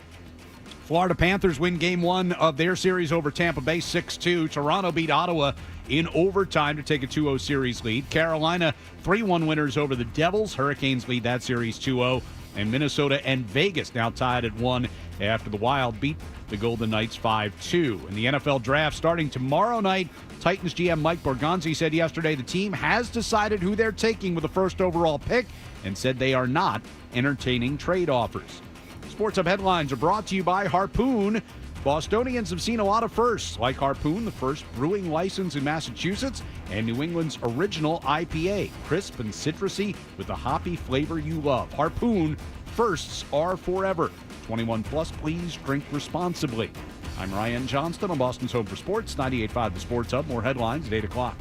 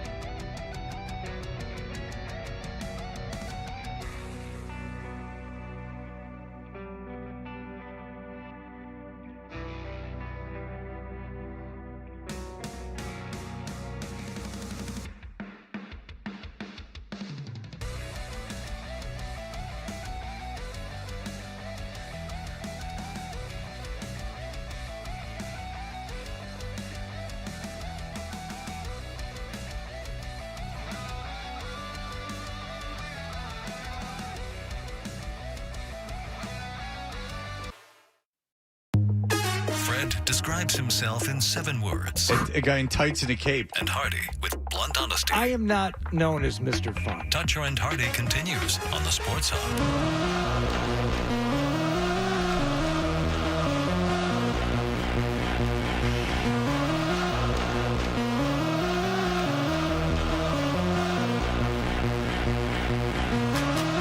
Your Boston Bruins are no longer playing hockey in this 24-25 season, but Ryan Johnston is here, voice of the Boston Bruins. Later on today, he'll be over at the Garden for an important meeting and press conference and discussion of what's coming up and what's on the agenda for the Bruins moving forward. So we will take this opportunity to find out what's brewing. And for that, we have this. Oh, you want me to hit it? I got you. No, I got it right here. Oh, you got it all right. I got it. Hey. What's brewing? With Ryan Johnston. It's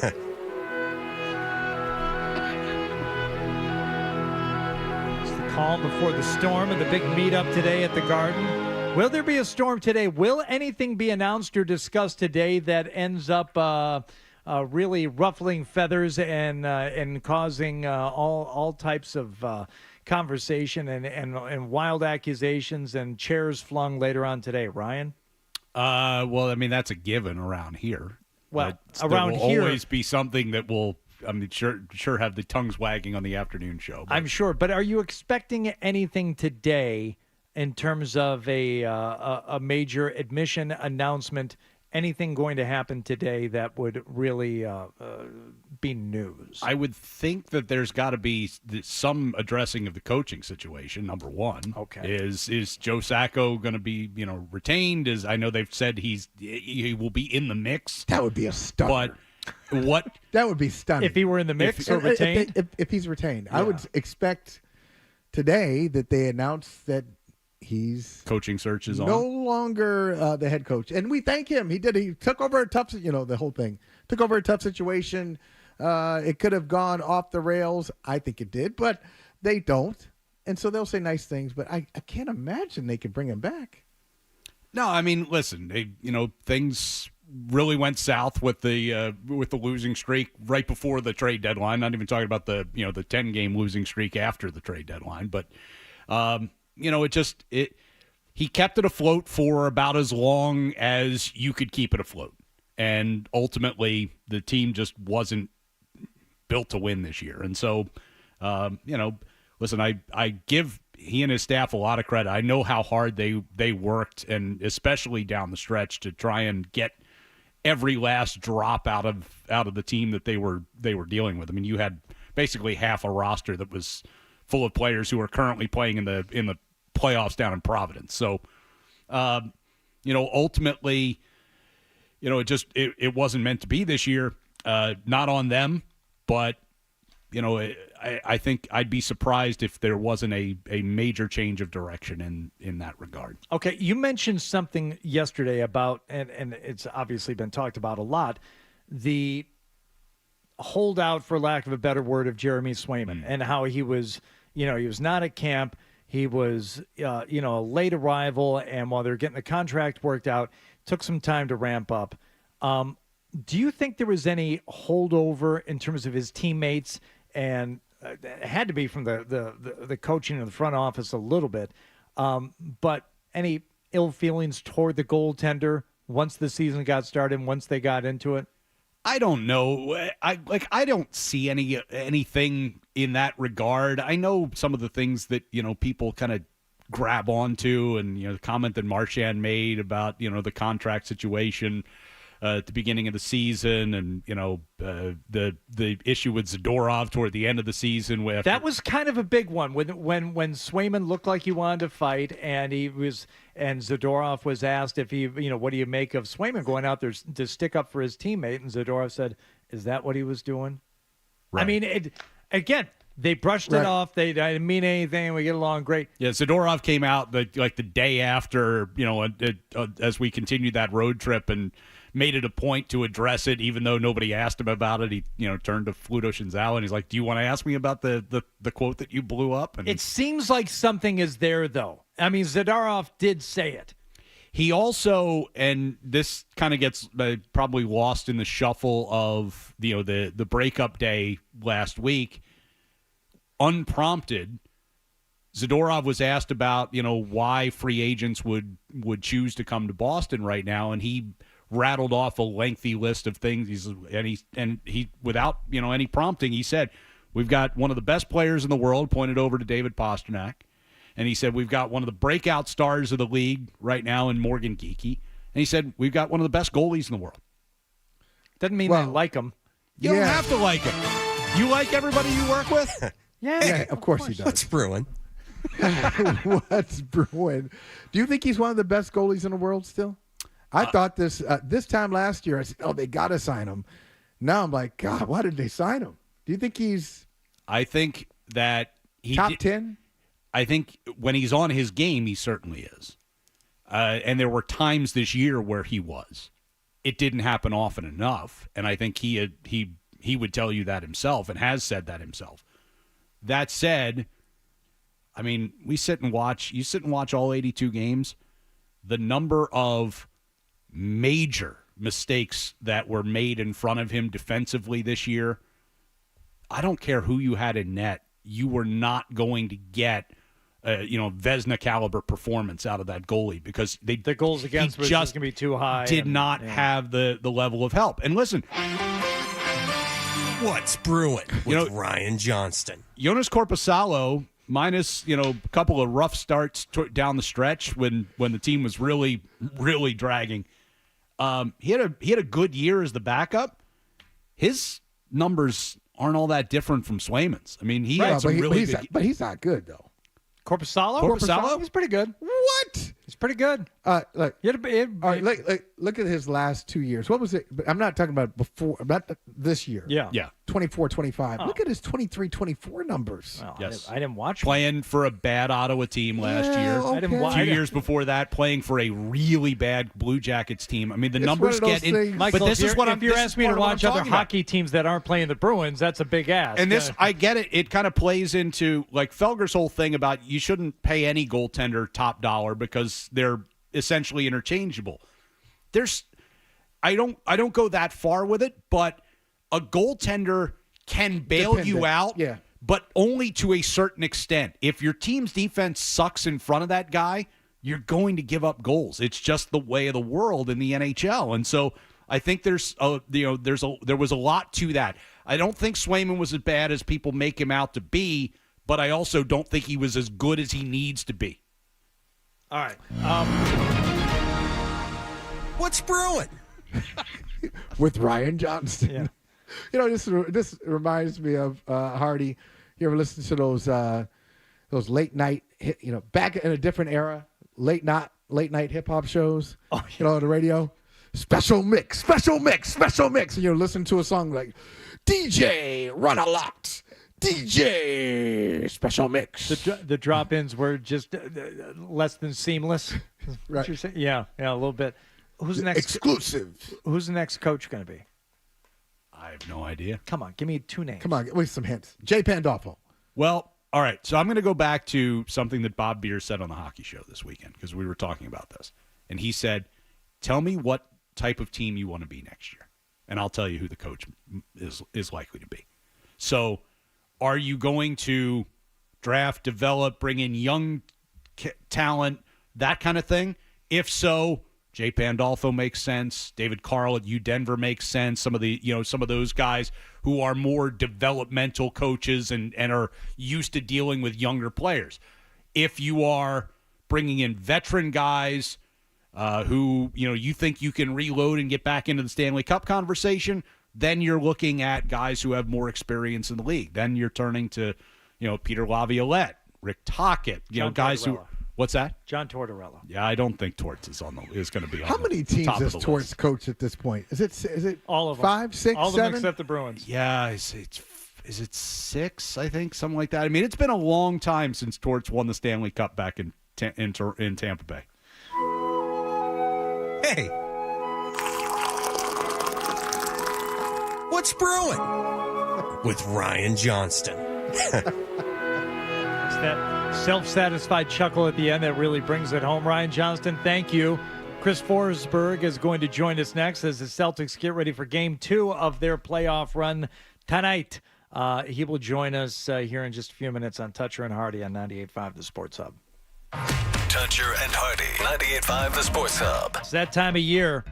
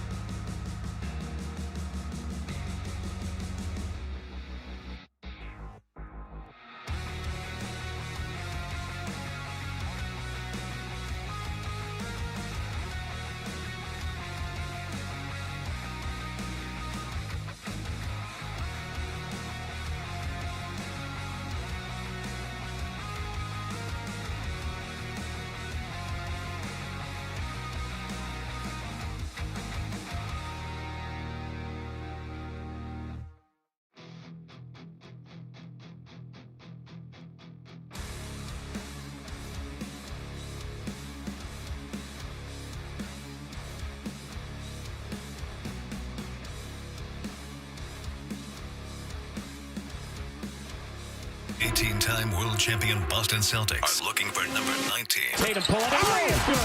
Hear every playoff game right here. Your home for Boston Celtics basketball. WBC FM and HD1 Boston 98.5. The Sports Hub. Beasley Media Group station. Sports Hub headlines. Presented by Celsius Energy Drinks. Celtics getting ready to play Game 2 against the Magic in their first-round playoff series, but likely will do it without Jason Tatum. Doubtful for Game 2 with a bone bruise in his wrist. Pre-game coverage here on the Sports Hub starts at 6:30. Tip-off with Grandy and Max at 7 o'clock. Peyton Pritchard yesterday named the winner of the NBA's Sixth Man of the Year. Last night in the league, Pacers beat the Bucks. Indiana leads that series 2-0. Thunder over Memphis. That's also a 2-0 lead for Oklahoma City. And the Lakers beat Minnesota to even that series at a game apiece.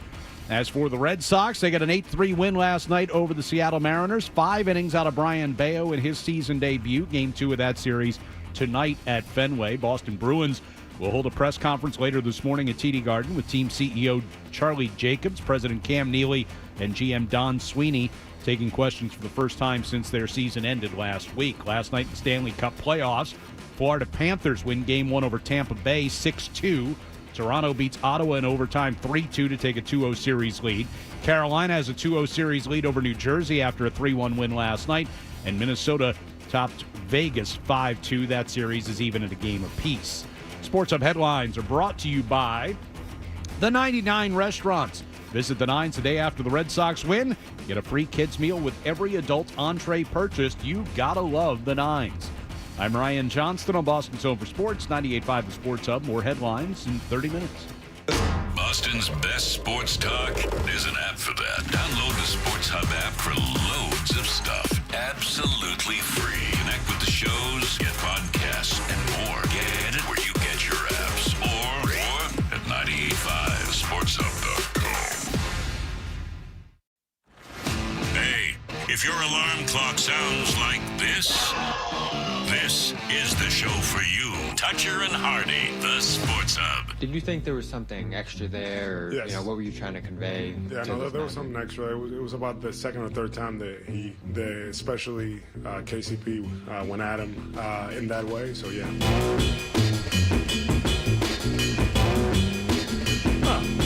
All right, we'll get into that and a lot more with Chris Forsberg. He covers the Celtics for NBC Sports Boston.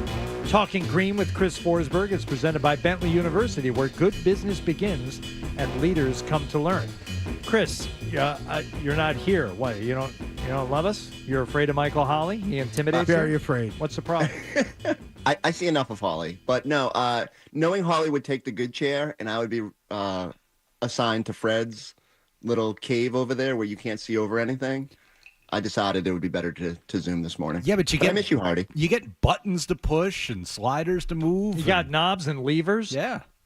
But if I touch anything, I might break something. Oh. And then it goes off the rails. Hardy, how come you don't get vacation? I got news for you. That board does nothing that Fred insists on having, and he says No surprise. It does nothing. He doesn't know how to work it, and even if he did, there's nothing for him to do with it. He likes the look of it. It's like when you have a little kid and you give him a little steering wheel in the car. It doesn't actually steer the car. It's exactly what it is. I mean, he literally does nothing with it. It is pointless in every possible way.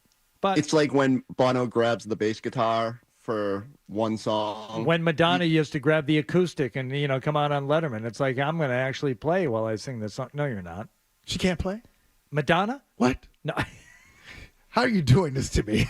All these years later, you're telling me she can't play? Yeah, it's not really a thing. So Hardy, how come you don't get vacation? Did they force Wallach to go at the same time as Fred and you to hold down the fort? Like what goes on here? Well, Wallach had to go off and share a hotel room with his wife and 2 teenage sons in Paris, the city of lights, the city of romance. How will we celebrate? By cramming ourselves into Bring the kids, bring the twins. Maybe 122 square feet of hotel space. And then we're going to go over to Luxembourg, which is, do you know what? The new person asked, do you know what Luxembourg is, Michael Holley? Do I know what it is? Yeah. No. Yeah, neither did I. Come to find out, it is a country. It is a country in Europe. And all this time I thought it was a city. Now, I've been told since then it is also a city within the country. Yeah, I was going to say I thought it was a city. Okay. So we're- did I. we're So on the did same Fred. page. I think everybody here, except maybe for Ryan Johnston, who didn't know it was a country. Yeah. Matt McCarthy knew it was a country. But the rest of it, and John Wallach knew it was a country because his sister lives there. But this has been a learning moment for all of us. Do you know what the capital of Luxembourg is? Luxembourg. It is. See? Luxembourg. So we're more right than we are wrong. Exactly. Yeah. All right. I'm fine with that. No, Wallach is off doing that. Fred is off with his daughter this week. I took off the winter break, which I think if you're going to take a week off in the spring, that's the week you take off. Oh, 100%. All right. And because it's not spring, it's winter, and you go someplace warm and you enjoy yourself for 4 or 5 days. You're missing out on the best weather we've had yet this year if you're gone right now. I mean, it's going to be in the 70s again today, tomorrow, Friday. Best weather, best traffic because kids are out of school. All of it. I mean, it's good. No traffic on the golf course, Holly. You just carve your own path. Oh, are you a scofflaw? Do you hop around from hole to hole? Do you skip ahead if you get a slow group in front of you? I will neither confirm nor deny whether I try to expedite play as best I can. I'm an honorable man, and I try not to bend the rules of the golf course. But yeah, if you get that slow, that group that just doesn't know how to operate the cart in an efficient manner. I'm a walker, Hardy. I'm a backpacker. I put that bag on. I go where I need to go. I'm with you. I do the same thing because I'm fine if it's not anything like special that I'm out there doing. I just want to go out and play, and if I play the first 2 holes and then there's a huge backup, I say, you know what, I can skip 3, 4, and 5. I can see the rest of the course from here. I can hop over to 6 right now and just play 6, 7, 8, and 9 and be done. And yeah, I will do that. And Can I tell you a great story about that? So leapfrog those I'm in Abu people. Dhabi, and it's 1,000 degrees. But I'm like, I have to golf while I'm here. It's like I can't come all this way and not experience this. It's right outside the window of where we were staying. I could see almost like an island green in front of the ocean. I'm like, I gotta play. So finally, Saturday we had a small break in the action. I get out there. It is slow golf. There are 1 million people out there. The back nine was under construction, so we make the turn. The guy I'm playing with, he's like, I gotta go. Kid stuff. No, cool. Thank you for hanging. I go to the first tee by myself, and a pimped out purple golf cart slowly appears coming up over the hill, and the person slows down, and I'm expecting them to say, "Hey, do you mind if I join you? You know, we're all going to be stuck here anyway." And the man goes, "I'm just skipping ahead. I'm not waiting," and zooms off. And that's when Steve Harvey zoomed off to hole number 3 and left me in the dust. Steve Harvey. So it makes sense. Steve Harvey. So his golf cart was amazing. I was so jealous. So do you think he had a special golf cart that he kept 100%. in Abu Dhabi? I'm sure he did. He is part of all the advertisements that they showed at the game, and he was sitting courtside. I believe he must have a residence there.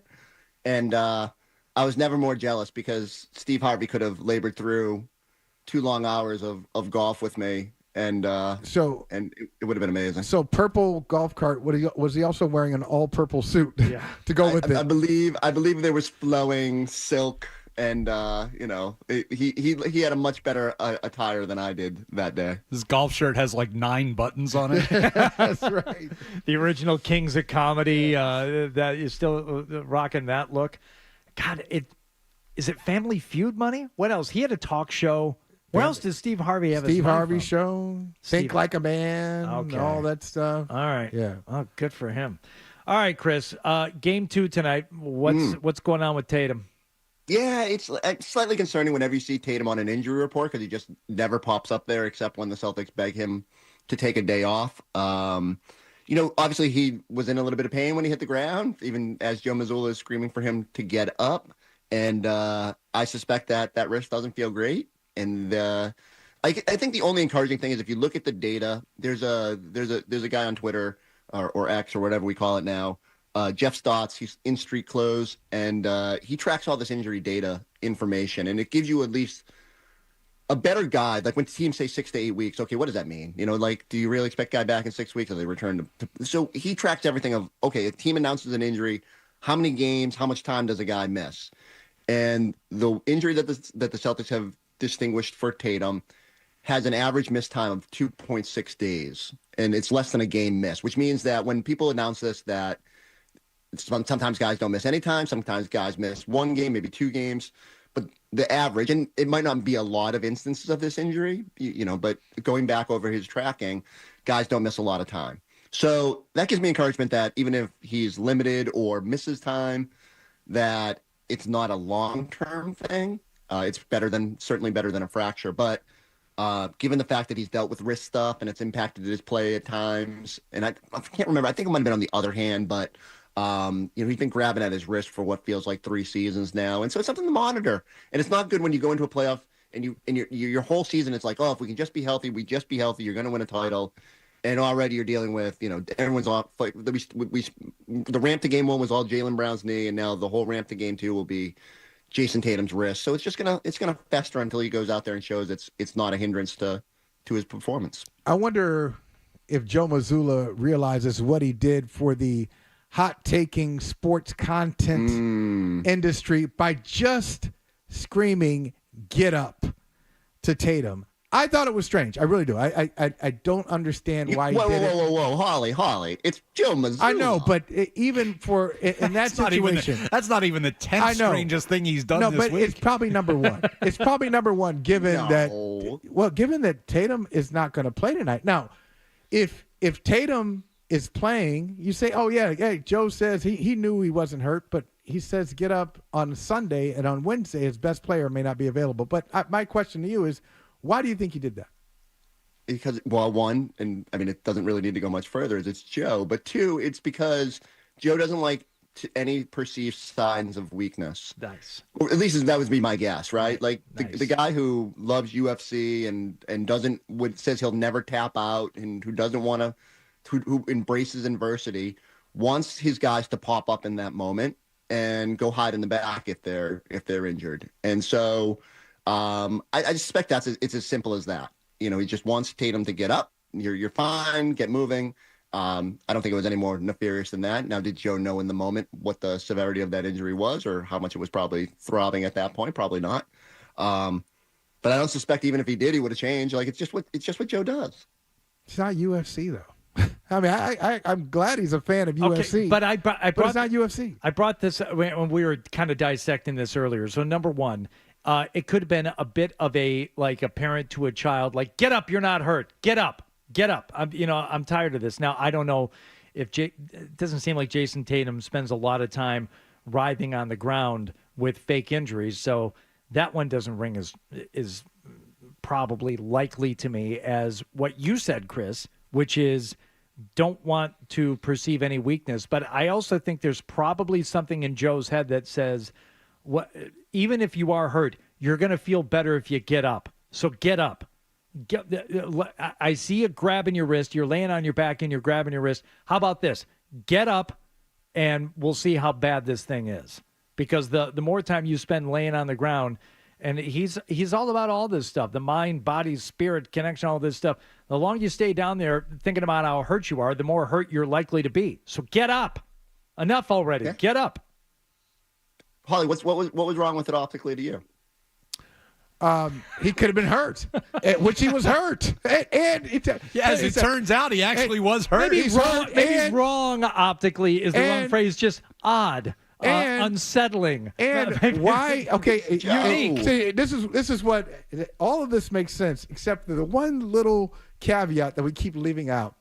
He stops the trainer from going out there. Now, if you want to say get up as the trainer is going to do the job, that's one thing. But you say, oh, no, we're not going to figure it out. At least if I'm the trainer, I say, can I just go? I'm not going to help him up. I'm not going to bring all my stuff out there. I just want to get a sense of, let me see if I see a bone sticking out of him or something. Can I just go and do my job? He wants to see the trainer. He can damn well walk over here and see the trainer. And it just feeds into, no, it really annoys me. I guess I'm just going to come clean here. It annoys me because, just arguing with Felger last night about the toughness of Jason Tatum, and I couldn't get an answer from him, shockingly. I said, if Jason Tatum is not tough, who do you want him to be like? Do you want him to be like Jimmy Butler, who misses like 30 games every year? Do you want him to be like Kevin Durant, Kawhi Leonard, LeBron, Steph Curry? Who's this model of toughness, mental and physical toughness that Jason Tatum should be living up to? So sure enough, Joe Mazzulla feeds into the damn narrative that I think is BS anyway. And that it goes. The greater question is what is toughness too? Like Tatum, I think he's got it than anybody. Well, that's what I'm with you. I'm with. Okay. I think he has it. So, but when Joe Mazzulla says "get up," it allows for the peanut gallery to say, "Well, yeah, but see, we can't let the peanut gallery win." I think everybody in that, anyone with a brain in that moment says, "Oh, Joe's a lunatic," and just he wants the game to keep going and wants Tatum off the ground, and that I think it's as simple as that. And the trainer thing, I forget what the rules are. If the trainer goes out and you don't shoot the free throws, there's a whole bunch of whether you can stay in the game. I don't know if that goes into the thinking too, but I just think he probably thought it wasn't as hard of a spill. He didn't, you never know in those moments. Get up. Don't you remember when Gordon Hayward went down with a leg in 17? Brad Stevens said, "Get up! Get up!" He about tackled the trainer to keep him from going out there to look at it. Exactly. Yeah. It's just the same thing. You're just picking on Joe. Still one of the nastiest things I've ever seen. I don't even in an NBA game. Thinking about it. Wow. But it's already out there. Please. All right. I was there in the hush in the crowd. Oh my God. Ugh. All right, Forsberg, you're going to stay with us? Of course. Okay. All right, good. Stick around and we'll talk more about the Orlando Magic and what happened in that first game, what we can expect tonight if Jason Tatum doesn't play. He is doubtful for tonight's game. More with Chris Forsberg happening next here on Toucher and Hardy on 98.5 The Sports Hub. Stay tuned for more Toucher and Hardy on the Sports Hub. Mother's Day coming up, and Steven Singer has the answer. And no, it's not.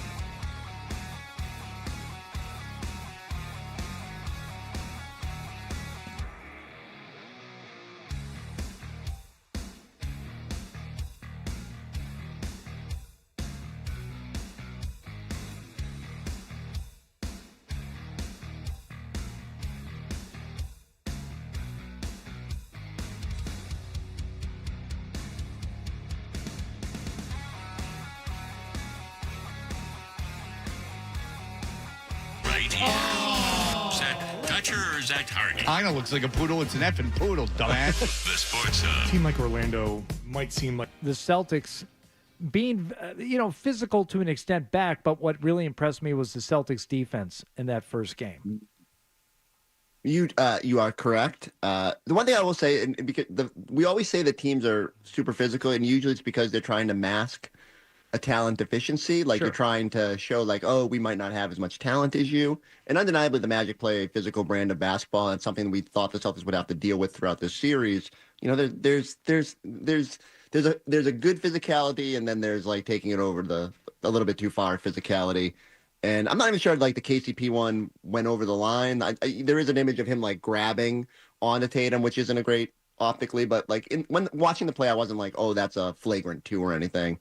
But certainly something to watch going forward. Now, the Celtics defense, as you said, I thought it was as active as it's been all season. I think they had 26 deflections. That's like double what they average over the course of the regular season. I thought Drew Holiday in particular changed that game entirely with his willingness to defend Paolo Banchero in the third quarter and forcing Franz Wagner into a turnover. It was fun to watch the Celtics kind of crank up the defense like that.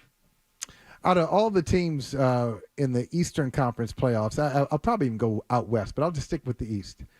I think the Orlando Magic are the least fun to watch of all the playoff teams, but I do like Banchero. I like what he brings to the table. How do you think the Celtics will play him tonight? I'm guessing a little different than they did in Game 1. Yeah, I don't know. Like, I think they like the idea of mixing up matchups. You look back at the regular season numbers, and it was Tatum who took, I think, the most time on him. But maybe they tapped into something with the way Drew loves guarding bigger guys. Like, think back to even the regular season, all the minutes on Julius Randle, and you can put him on other bigs and feel pretty comfortable that he can hold up. So I think they'll try to just keep him uncomfortable with different looks, and you're lucky to have as many good defenders as you do. But in general, it's like if he gets his 36 and you're still losing by 17, I don't know if that's a great thing for the Magic. They definitely need the role players to knock down shots, and so I don't think the Celtics should stray too far just because Paolo had a good night. He was probably more efficient than I thought he would be. Like he had the outside shot going, and that doesn't happen every night, and that's probably the next step in his evolution. But yeah, it's probably the number one challenge in this series. Like him and Wagner are going to get their points. Are you okay to live with that and force everyone else to beat you, or is there a night where Paolo goes supernova and tries to win them a game on his own, and that's gonna be the challenge for the Magic, who just aren't good enough offensively to hang over the course of a plodding game. And shame on me, I forgot about a team that's less fun to watch than the Orlando Magic. Miami's kind of plotting too. So like those two, like 7-8 seeds, they're just not a lot of fun. But at least I can hate watch Miami for Tyler Hero. Yeah. There and I'll watch Bam Adebayo, and there are guys on that team that I'm still interested in. And the Tyler Hero thing is real because he's real, and I really dislike him, as a guy and a player. But to me, there's at least some level of interest there because I've got some familiarity and I've got some feeling. But the toward Magic, them. you just can't. I don't feel one way or the other about him. I just don't.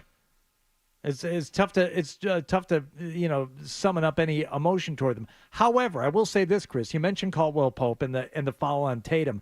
And you sound like the TV announcers did that night. You sound like Michael Holley did this morning. You sound like everybody else has said, it wasn't that bad. It's no big deal. It's just a play.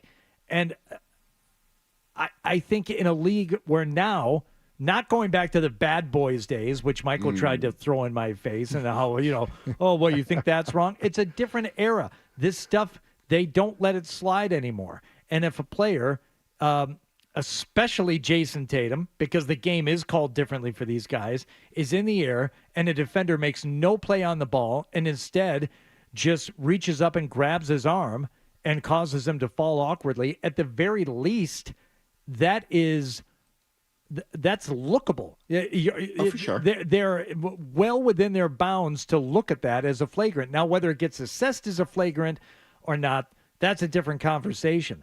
But the tisking of people during the broadcast and since then, it's like, can you believe they called it flagrant and shouldn't even have been looked at? Of course it should have been looked at. That's what the league is now. And quite frankly, he wasn't making a play on the ball. He was trying to stop him from going up once he was already in the air, and you can't do that. And when you hear Al Horford be bothered by it, like Al doesn't lose his mind too often, and like it's good that he's always going to protect his teammates and all that. But when he mentioned that, he thought it was the third time, and you can even hear the on-court audio. He says the same thing, where he's like, "That's 3 times where they felt like KCP was maybe a little reckless and wasn't making a play on the ball, or was a little too aggressive going after somebody." And so, yeah, like I can see why they were worked up about it, and it's something that they're gonna have to watch, and we'll see how it. I always go back to it. I'm always curious by the response, because like part of you wants to go out there and go, "Okay, you're gonna knock down our superstar." First time Paolo goes to the basket, someone's going to, take him down with a clothesline.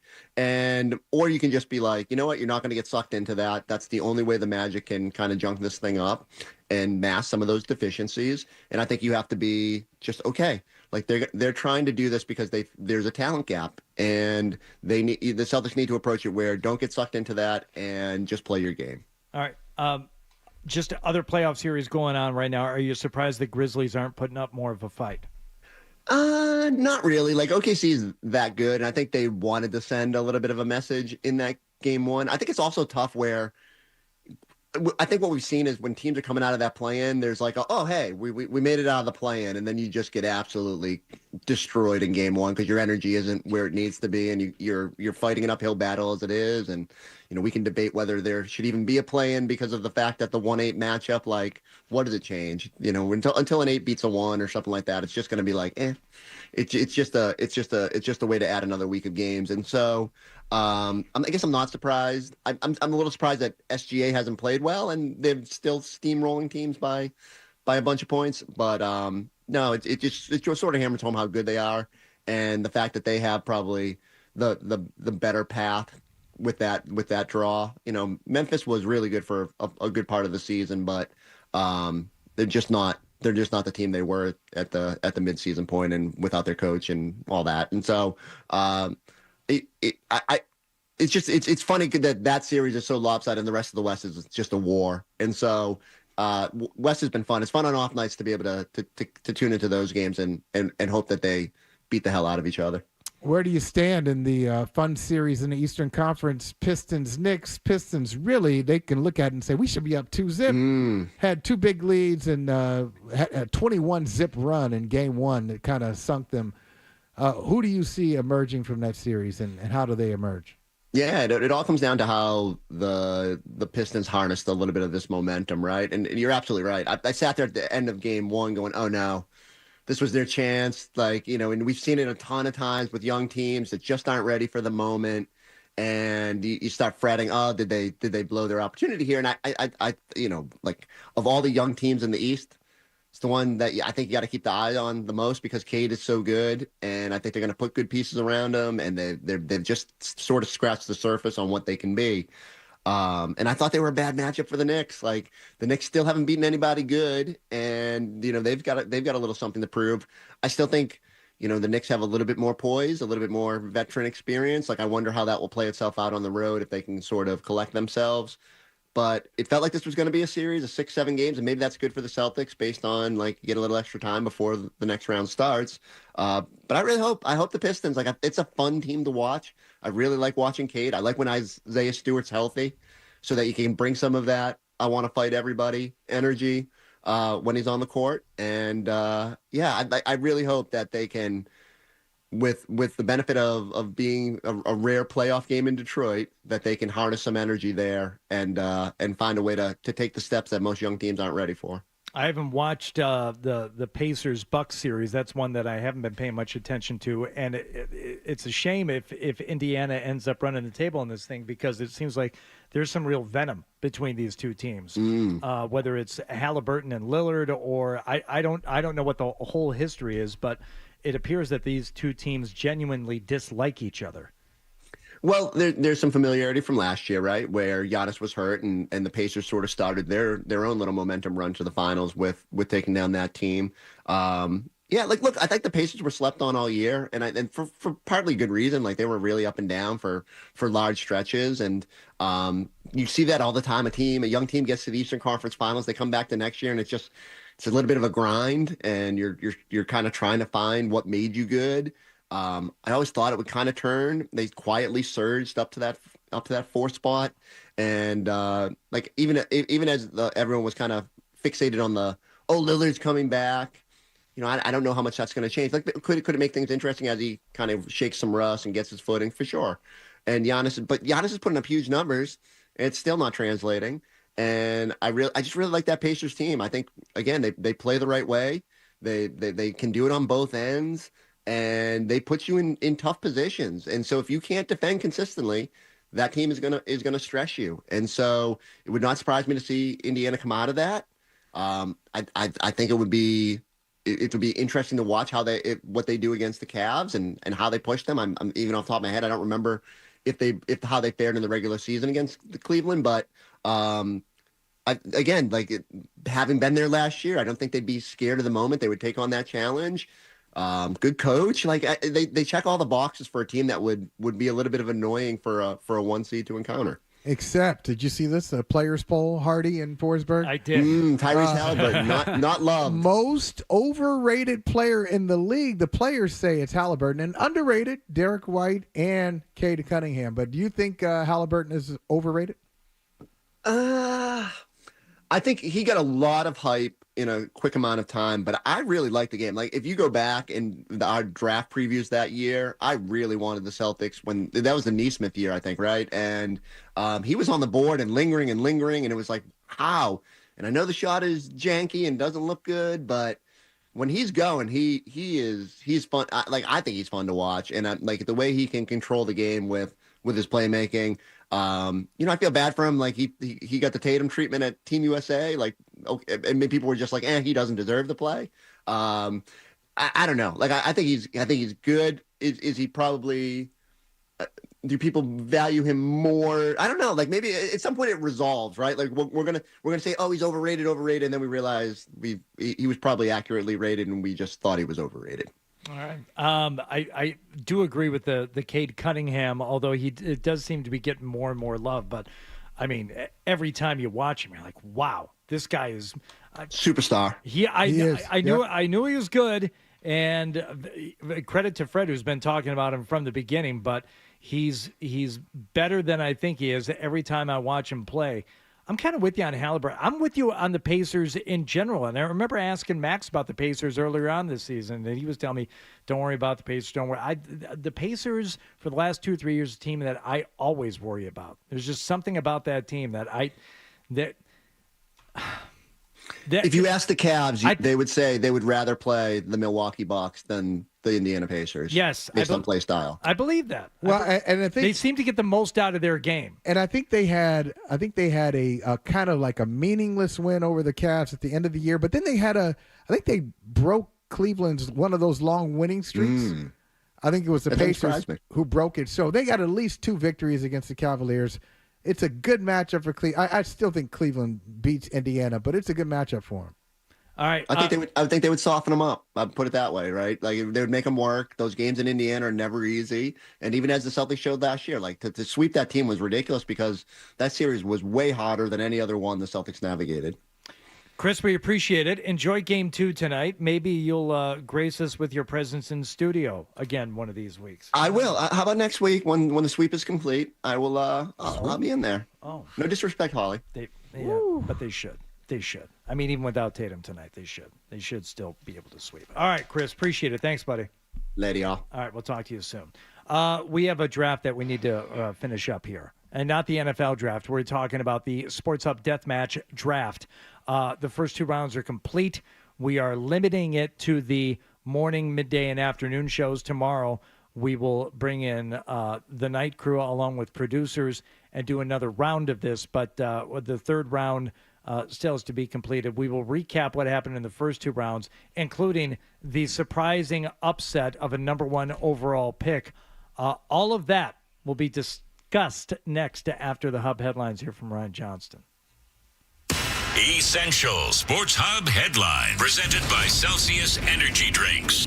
Celtics and Magic play Game 2 of their first-round playoff series tonight, but the Celtics may not have Jason Tatum. He's listed as doubtful with a bone bruise in his wrist. Pre-game coverage here on the Sports Hub, 6:30. Tip-off Grandy and Max at 7 o'clock.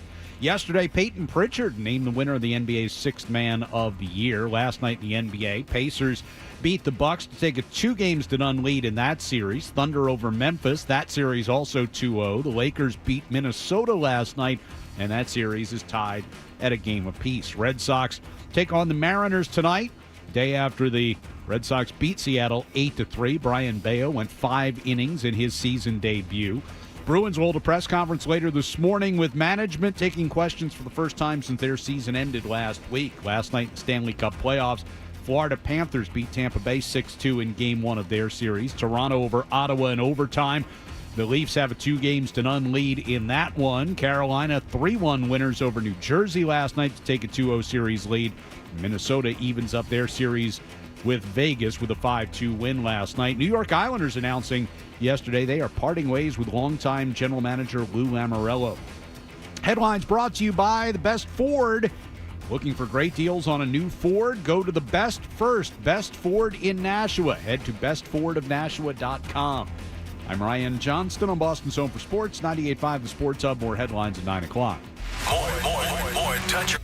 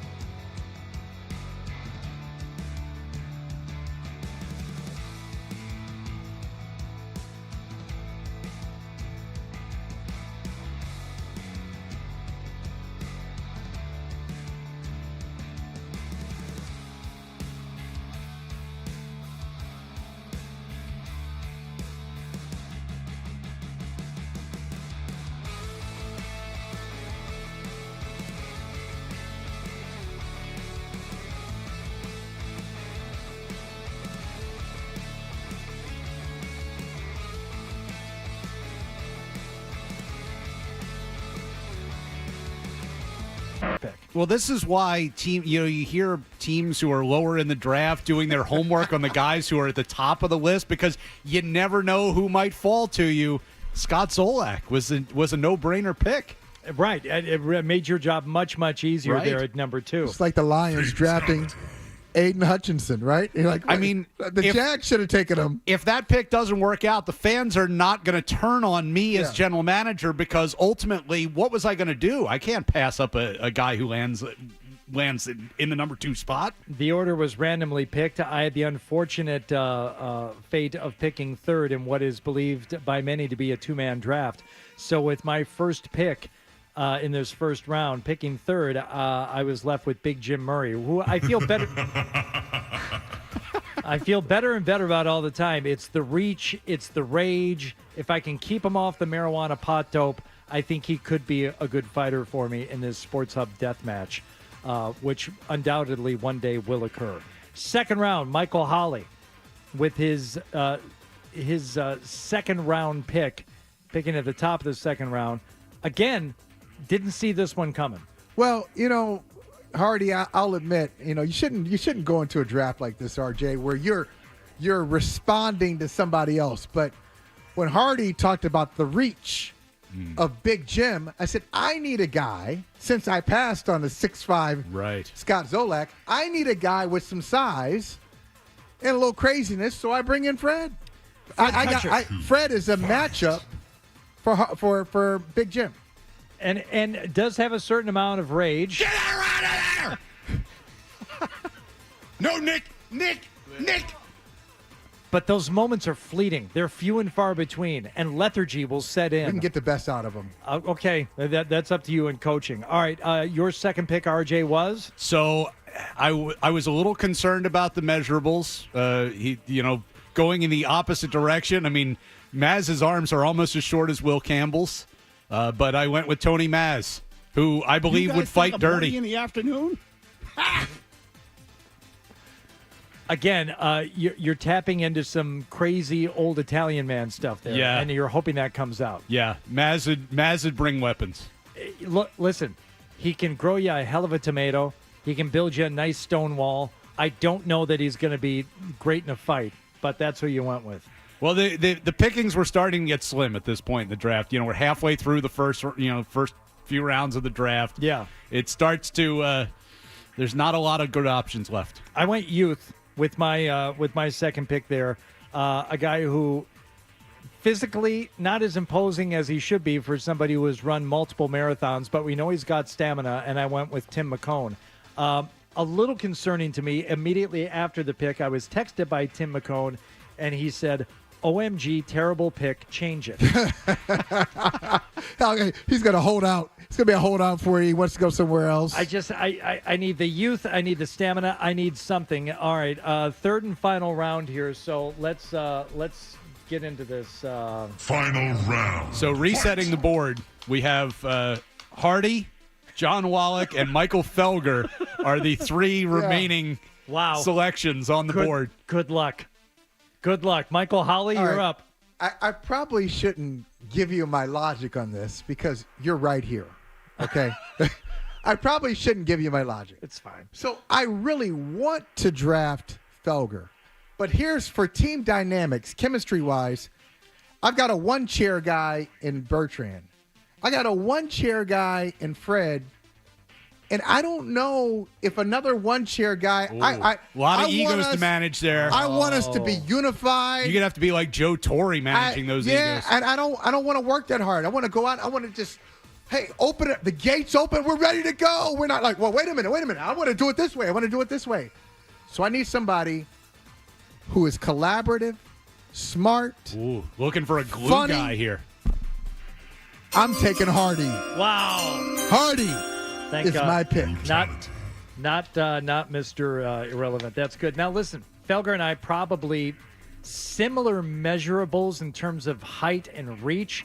I've got to have 10, 15 pounds on him. He's a rail. That dude is like thin. Yeah, you'll go in there. You'll mix it up. I can mix it up a little bit. Okay. All right. I appreciate it. Thank you, Michael. All right. So I'm off the board. Thank God I wasn't picked dead last. RJ, you're up. Who you got? Wow. So it comes down to, is it Felger or is it Wallach? And we know who it's going to be. It's okay. I don't think you do. Really? Ooh. And here's my reason why. I'm assuming, hopefully, this fight is going to happen soon. So I am going with the quiet rage of a man who will just have returned from being locked in a hotel room in Paris with twin boys for the last week. I'm going with John Wallach. John Wallach. Again, pre-draft analytics had him going dead last, and instead he is second to last, which leaves me with no other choice to make here. I get Mike Felger with the final pick in the Sports Hub Deathmatch Draft. So let's recap here the teams. Michael Holley has a team of Mark the Beetle Bertrand, Fred Toucher, and me.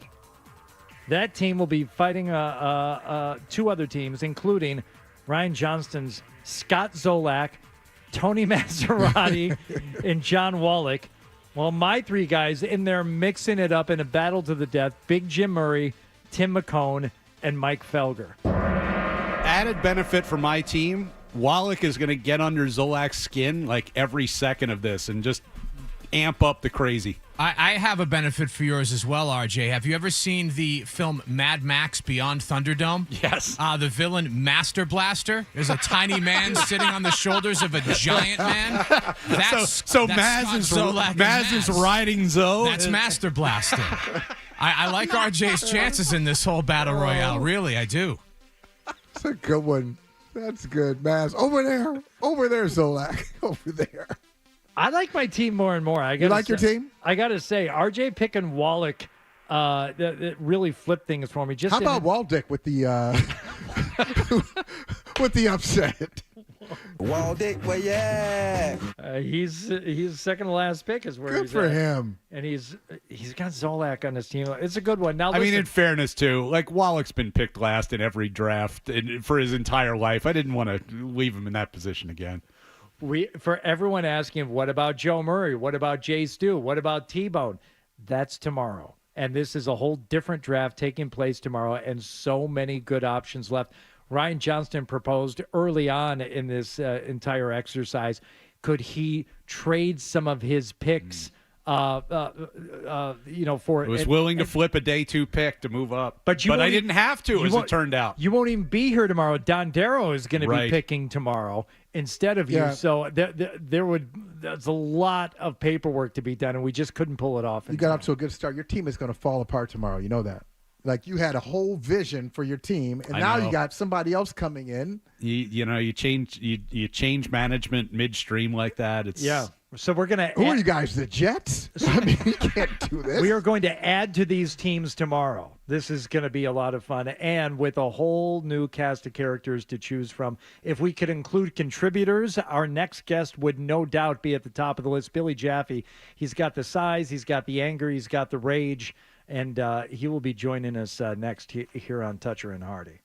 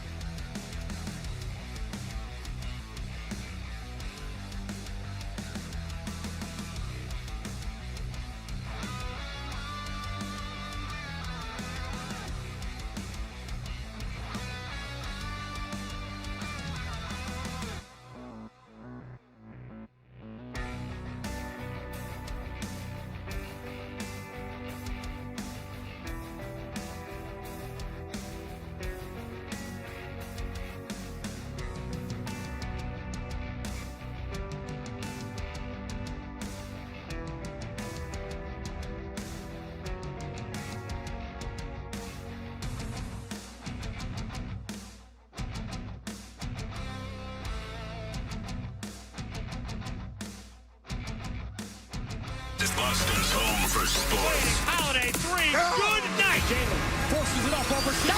He tied it. Oh. WBCFM and HD Boston 98.5, the Sports Hub. Beasley Media Group Station. Sports Hub headlines. Presented by Celsius Energy Drinks. Celtics Magic Game 2 of their first-round playoff series tonight at TD Garden. For the Celtics, it was announced Jason Tatum doubtful for the game with a bone bruise in his wrist. Pre-game coverage here on the Sports Hub begins tonight at 6:30. Tip-off with Grandy and Max on the call at 7 o'clock. Celtics' Peyton Pritchard yesterday named the winner of the NBA Sixth Man of the Year award. Last night in the NBA, Pacers over the Bucks. Indiana has a 2-0 lead in that series. Thunder topped Memphis. That series also 2-0. And the Lakers over Minnesota last night. That series even at a game apiece. Red Sox got 5 innings from Brian Bayo in his season debut. Beat the Mariners 8-3 last night. That series continues with Game 2 tonight at Fenway. Bruins set to hold a press conference at 10:30 this morning over at TD Garden. Charlie Jacobs, Cam Neely, and Don Sweeney fielding questions for the first time since the season ended last week. Last night in the Stanley Cup playoffs, Florida Panthers take Game 1 of their series over Tampa Bay 6-2. Toronto with an overtime winner over Ottawa. Leafs lead that series 2-0. Carolina 3-1 winners over New Jersey. Hurricanes lead the series 2-0.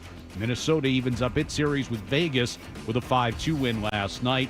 And with the NFL draft beginning tomorrow, Titans GM Mike Borgonzi said yesterday his team has decided who they're taking with the first overall pick, and they are not entertaining trade offers. Sports Hub headlines are brought to you by the Albrecht Auto Group, Zoe's Auto Dealer. Get respect at Albrecht, now 8 locations, including the all-new Subaru of Wakefield. Thousands of new and pre-owned vehicles, all at the right price at albrechtauto.com. I'm Ryan Johnston on Boston's Home for Sports, 98.5 The Sports Hub. More headlines in around 30 minutes. Here we go. Boom. I win. Kaboom. Yeah. Hit somebody. Oh. We've got a passion for Boston sports. Get angry. 98.5 The Sports Hub. Is elongating. Weekday morning. Here goes Hardy. Toucher and Hardy. I no longer love things. Let's go. Let's ride. 98.5. Like, let's roll the dice. The Sports Hub. I appreciate that. I know that you are very type A on time. I know what time you have to be out. We'll have you out before you have to be out. Okay. Well, it's okay. Listen, I'm just sitting here looking at the wall here in Tampa, but otherwise, you know, just it's a nice morning. Is it nice up there? I'm flying back home. Beautiful. Nice. It's beautiful. You'll like it. You're coming I can't wait. Great New England weather. This thus begins the time that we suffer through the other, I'll say 7 months of the year for these next 5 months. This is what you live in New England for now through September. That's it. Looking forward to it. Hi, Michael. What's up, RJ? Jeffy? What's going on, guys? Where are you and what are you doing, Billy? I'm in the hotel. I'm packed up, getting ready to get to my car when I'm done with you at the right time. And I'm heading after working the Tampa, Florida Game 1 last night for Sports USA, the national radio network of the National Hockey League. So we did Game 1. Florida looked good, really good. Again, Tampa, not so good. Not that I didn't know who'd win Game 1, but I thought it would be much more robustly competed, I guess, or contested. Tampa was taken out of their game by Florida, who you guys will be shocked, who came in and played a heavy forecheck game and won the wall battles and then won the power play, the special teams battle, and Matty Tkachuk comes back and scores a couple of goals. So they've really changed up their game, and they're playing a different style of hockey than what we're accustomed to. Exactly, yes. They were good. They were real good, especially in the second period. I saw that Tkachuk came back with a vengeance last night. I mean, obviously Bruins fans have certain opinions on him, but as a player, he is that guy where it maybe wasn't a surprise to you to see him come back and play like that last night. Well, you didn't know, Hardy, how, he come back from a severe groin injury. He's been out since, the Four Nations. So what, Feb 12th or something, whatever it is. And he had only had a couple of skates since then. So this wasn't a groin tweak or a groin pull. This was a significant groin injury.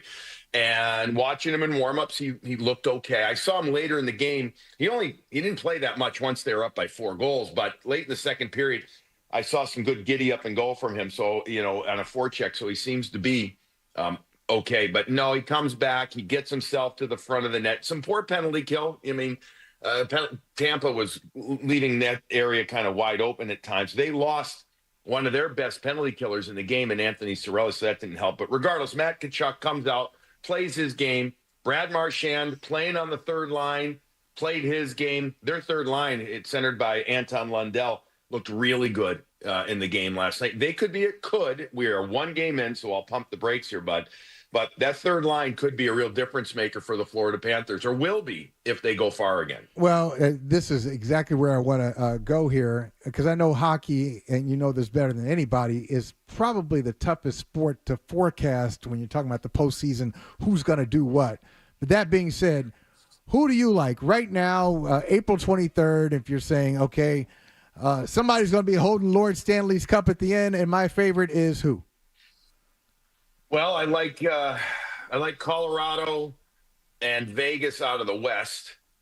I just think the way that those teams are built, the depth, the strengths, they have it. They also both have recent history of winning, and they've got the core, Michael, that have been there, that understand what it takes. Out of the East, being completely forthright, I had Tampa winning this series in 7. It can still happen. It's just one game, but it's hard not to be enamored. Sorry, Bruins fans, with Florida in the sense of how they look. But again, it's one game.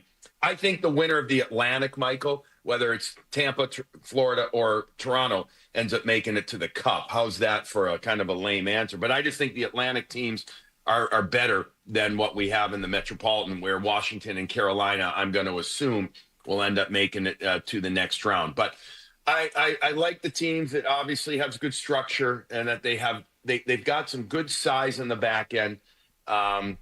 If you tell me who do I really like, I'll stick with my original picks: Tampa and Toronto. One of those two teams coming out of the Atlantic. But listen, if Anthony Cirelli's hurt for the Tampa Bay Lightning, that changes the game, and probably my pick.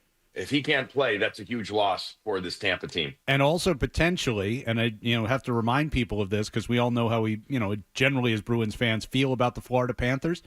Potentially good news for the Bruins, because you need Florida to win 2 rounds to make that Brad Marchand trade a first-round draft pick. That's right. Oh, wow. Well, and you need him to He has to play 50% of the games as well, so as long as he stays healthy and they win. But, you want them to go to the conference final this year so you can get a first-rounder out of that deal. No question. It would make it feel better, right, Ryan? It would just, instead of the conditional second that it is.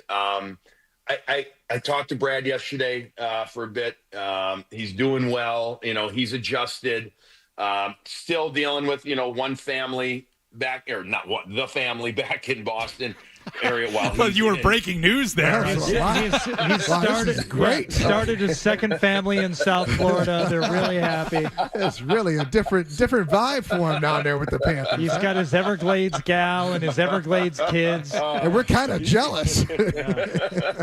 What a trade. No, he's got his family back in Boston. And then they're visiting and at times, and that's been hard. But he's been busy. He says he feels great. He looks good. Again, I think that third line is a real good spot for him there, in the sense of, he's actually helping, even though he's got this young Finnish centerman whose nickname is Baby Barkov. That's Anton Lundell, because of the way he plays stylistically. He's a little smaller than Barkov, but similar way. But Paul Maurice, who I talked to at length yesterday, says that Marchand is really helping he and Eetu Luostarinen out, his line mates, because he thinks offense. And he says, I know there's more offense out of Luostarinen and Lundell. Lundell had 45 points this year, but he thinks that he's a 55 to 60-point guy, and he thinks Marchand can help drive those guys. So it's a really good spot for him. And it's still odd seeing him wearing a Florida Panther tracksuit and a hat walking out of practice. I literally did a double take when I saw him. But, he's in a good place right now. It definitely was a shock to the system, as we all know. But he's potentially, as Ryan said, if he plays 50% of those games, which right now, all things being equal, looks like it, could be good for the Bruins, or at least better for the Bruins. Yeah, had the assist last night, and you say he's looking good and adjusting. So, all All right, let's move things back up north here. Ryan is going to be leaving us here momentarily. He's got to get over to the Garden. They got the meeting of the minds and the press and everything between the front office people. Well, what would you expect out of this today, Billy, in terms of any announcements or any news that might be happening? I think they're going to be asked a lot about. I mean, there's probably some questions about what they felt really happened. Not really, but what happened in their eyes this past season, where it went wrong. I think they'll, Don Sweeney and Cam will talk about it, and they've already mentioned it in the past about didn't start well in training camp, some injuries, etc. I think they'll be asked about a plan moving forward. What exactly is that plan? Well, they're looking to retool, not to tear down, get Hampus Lindholm and Charlie McAvoy back, and then rebuild around them. How do they go about that? I think, Hardy, that will be asked. Look, they have the best laid plan. There's no doubt about it. Whether or not they can accomplish it, because I think this is obvious. There's 31 other teams in the NHL that will be vying for players, looking to make things happen. I think we'll hear that they're going to look to be aggressive. Hopefully, where are they going to go with this team? Because again, retool, not a rebuild, not a teardown. They're not going to do that. At least my take, and I can't. That's their take too. They want to retool with what they have already there. How are they going to pull it off? Do you have any sense about what direction they might go with coach? I don't. I mean, look, there's so many coaching changes, Ryan, right now, right? Like just the other day, Dan Bilesma let go after 1 year. Rick Tocchet, what's he going to do? It feels like he's going to be gone. So it's at least he's from Vancouver. Is it 6, if not 7 openings right now in the NHL? I think it's 6. I mean, they have to be, listen, it feels like change at some point at some level is going to happen. I mean, the team did not accomplish what they needed to, what they wanted to. So some type of change to the staff, it feels like, but I don't have any direction. And look, I'm biased. I love Joe Sacco. I think he's fantastic, awesome human being. He's an unbelievable hockey guy.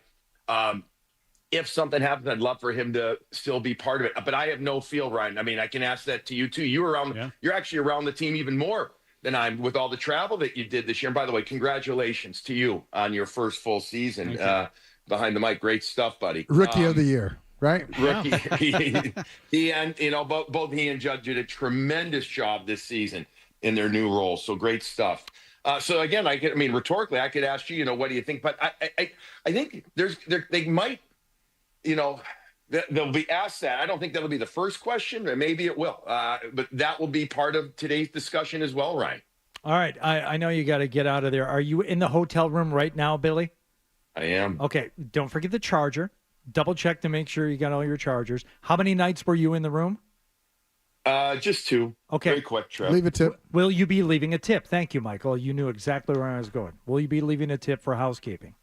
I always do, and this is I always attempt to, and I usually do, a couple of bucks for sure. The question is do I have cash? And that's because I used to be a bigger carrier of cash than I would say, the last few years. Like the kids never carry cash. I always had it. But in the last year or so, year and a half, Artie, I never know if I have cash on me anymore. There's an ATM in the lobby.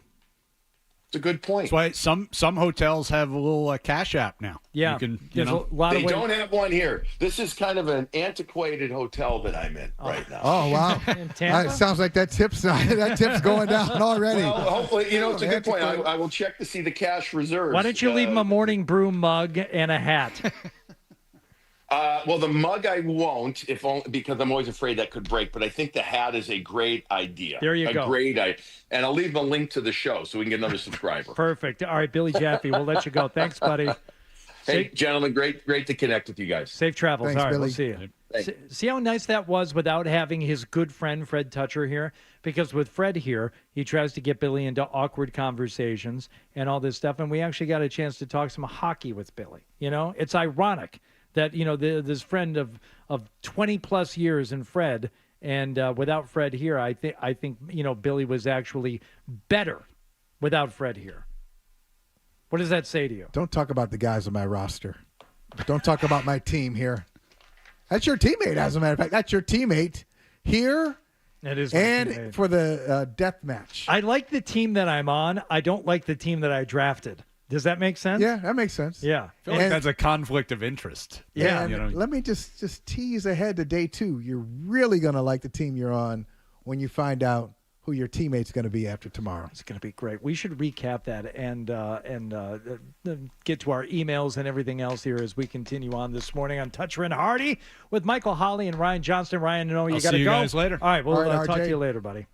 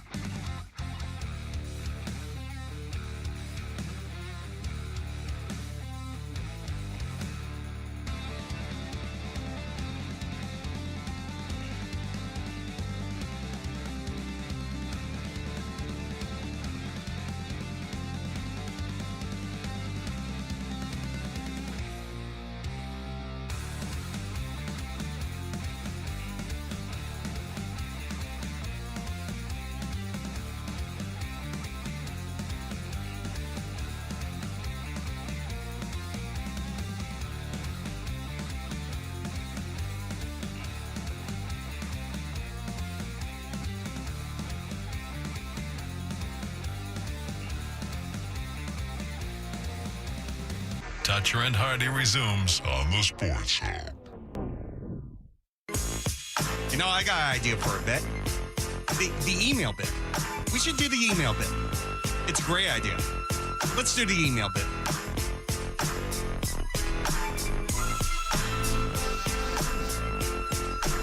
A lot of praise and a few criticisms coming over in the emails today, so why should today be any different? Ryan Johnston had to leave us here. He didn't love the email bit anyway. Not his favorite. He doesn't love the email bit. Yeah, let's do the email I got an bit. idea for a bit. That's a great idea. Let's do an email bit. Do the email bit. Yeah. I love it. What did I say this morning at like 5:50, 5:55? You said let's do an email bit. Let's do an email bit. So we are doing the email bit. Ryan Johnston not here, but Michael Holly and I have tons to get through here. Sarah and Everett, who has been oddly quiet lately. There was a rumor floating around last week that she was detained on the streets of Everett, as somebody emailed me and said there was a woman being questioned by police who had 5 dogs leashed to her person. I checked in with Sarah. It was not Sarah. She was not even in Everett that day. So safe. Sarah and Everett is not the one who is obsessed with Fred, who's obsessed with Fred, right? Is there like a whole Fred, Sarah thing? Yes, but Sarah would immediately push back on the word obsess. Not Number one, obsessed. not obsessed. She knows who he is, but he doesn't know who she is. But now he does, because Sarah and Everett did come in studio for our 6th man competition. Okay. And had a very fine showing in the competition. That was ultimately won by Guy from Machine. Guy from Machine took top honors in that. So, but another 6-man contestant, Sarah references here, Michael Holly is the Al Cole of sports talk. So smooth, charming, and overflowing with knowledge. And I don't know if you know who Al Cole is. Most women are looking for love. That's right. Al Cole. 8 is a very, very seductive number. He's come up with his own system of numerology. I only had that voice. Wow. He has maybe authored as many books as you have, including Romance for Women. And he's, I mean, to be compared to Al Cole is the highest. That's good. of I got to compliments. write a romance novel. Don't you think I have to do something like that? Michael, you think you have it in you? When you have a moment after the show, please do go on YouTube and look up Al Cole. I will. Because you will be delighted at what this man creates on the internet for people to. The penis is guided by the mind. Yes, that was exclusive for our show. What do you, The penis can do it, man. I'll tell you. he's a fascinating individual. Sounds like it. What do you like in a woman? You I tell like me. brains. I'm a robot. Okay, that's plenty of alcohol. All right. What an honor. Thank you, Sarah. Do you have any emails you would like to share? Because I have tons. It's up to you. Do you have it? Bring them on. No. Okay. No, I want to hear yours. I see one of my draft picks in the hallway right now, Tim McCone, who needed the day off after running the marathon on Monday, even though other local sports personalities were on the air early the next morning. Tim McCone needed the day off. I did pick him in my Sports Hub Battle Royale, the death match draft. I ended up selecting him in the 2nd round. Heath on email says, picking Wallach so late, 2nd to last pick in the draft, he said, bad choice. Everyone knows you always pick a predator of flight in a battle. So, and again, if you're a fantasy I get it. fan, you read The Dark Tower. Who is it that the kid picks? It's David. He picks the Falcon, That's right. To beat what's his name? They're in the Dark Tower series. Court.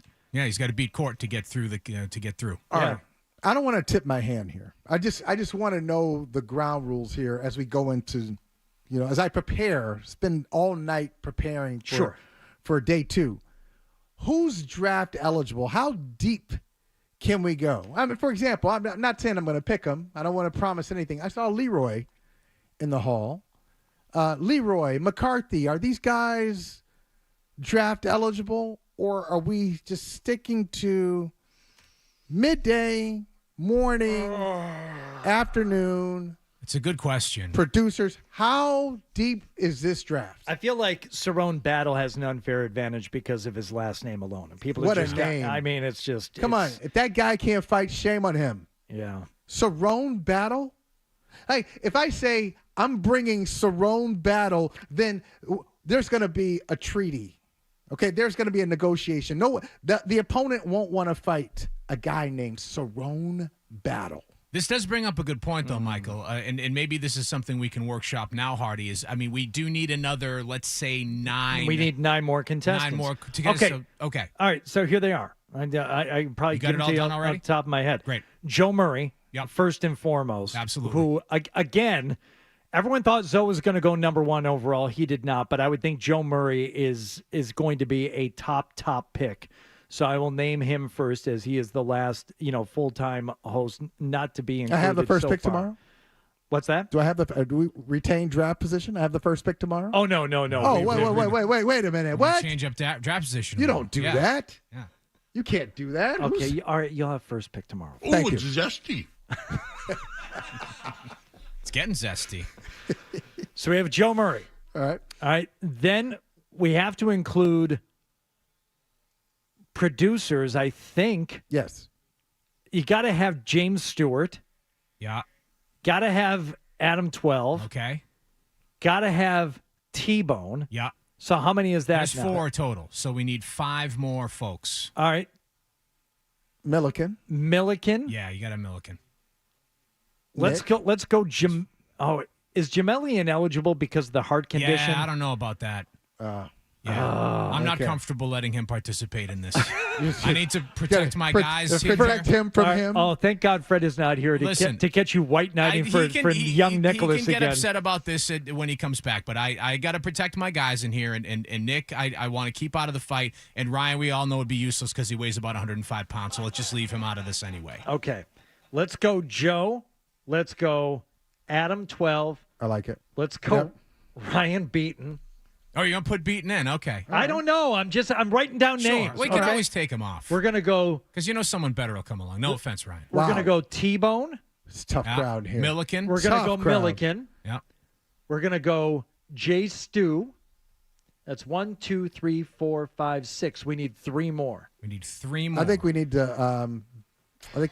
Are we going to go McCarthy? We're going to go Barth. We're going to go Cerrone, Leroy, and then if you go with your 3 more, now you got an angry, undrafted free agents pool who are like, wait a minute. Oh yeah. I didn't even get drafted. We could go undrafted free agents. I did my workout. Yeah. I had production. And they didn't even draft me? Watch. I'm sitting here round after round. They keep showing me on the screen. I'm here They in keep the passing green me room. over. Like Matt Leinart, who's Yeah. supposed to go first, and he went 10th. That was the funniest thing in the whole wide world. Why'd they watching invite that me? draft. Why'd Just they invite watching me his to New York? face get more and more angry and sad as the draft went on. Or now Green Bay. Why'd they invite me to Green Bay to sit here? I like the idea of maybe we just don't overthink this. Maybe we go McTakey. We go McTakey, we go Cerrone Battle, and we go Leroy. Do it. There it is. We need those. We need 3 more. Yep. That was it. Those were the 3. All right. And that gives you 9 for this. Let's go. For tomorrow's. Tomorrow's round 2 of the draft. This is going to be good. Okay. All right. Subject to change, and Nicholas. Again, your exclusion from this draft, again, is Adam 12 white knighting for you and protecting you and your feeble, frail heart. Who wants to pick him?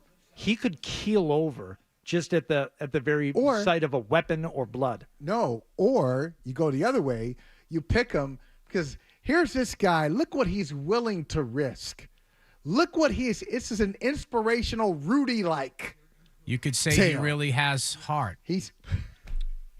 I mean, here's a consideration. If you want to put anybody in the draft and you're kind of hedging on it, ask yourself: would somebody draft him as or would somebody select him or put him on the team as an undrafted free agent?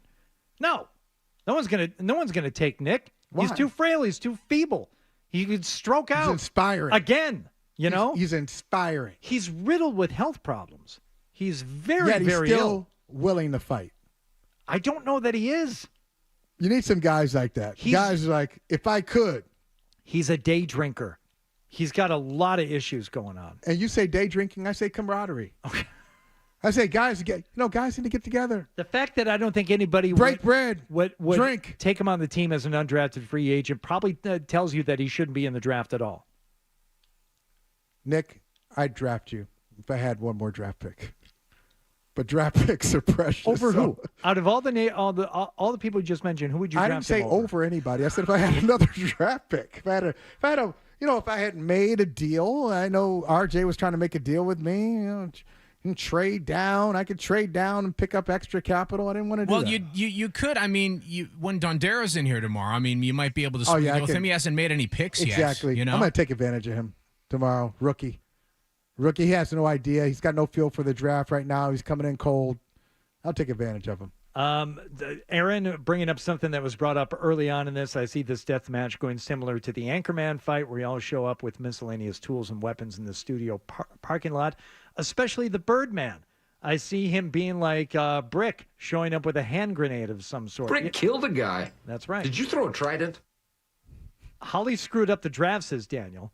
Let's discuss Holly's draft picks for day one. Okay. You're not just selecting players from the available pool, you're also considering the other team's picks. For instance, if you had targeted Mark Bertrand but knew the team behind you wanted Zoe, you should have traded back to the second spot and acquired the additional pick on day two.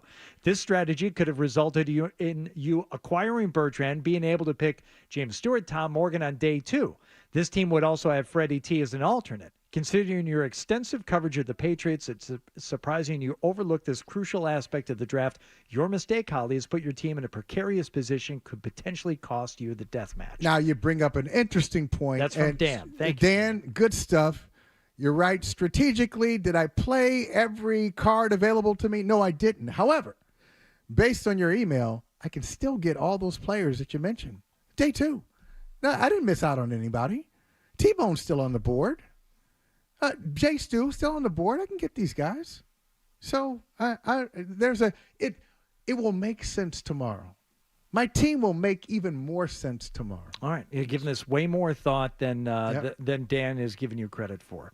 Awesome to have Holly on the show today. Holly off the top wrote 6 a.m., sharing that his dogs wear diapers and have a penchant for escaping the house and hauling ass around his neighborhood. Amazing. I think I may be missing Fred, however, because every time Holly said diaper, I inadvertently added my own, what?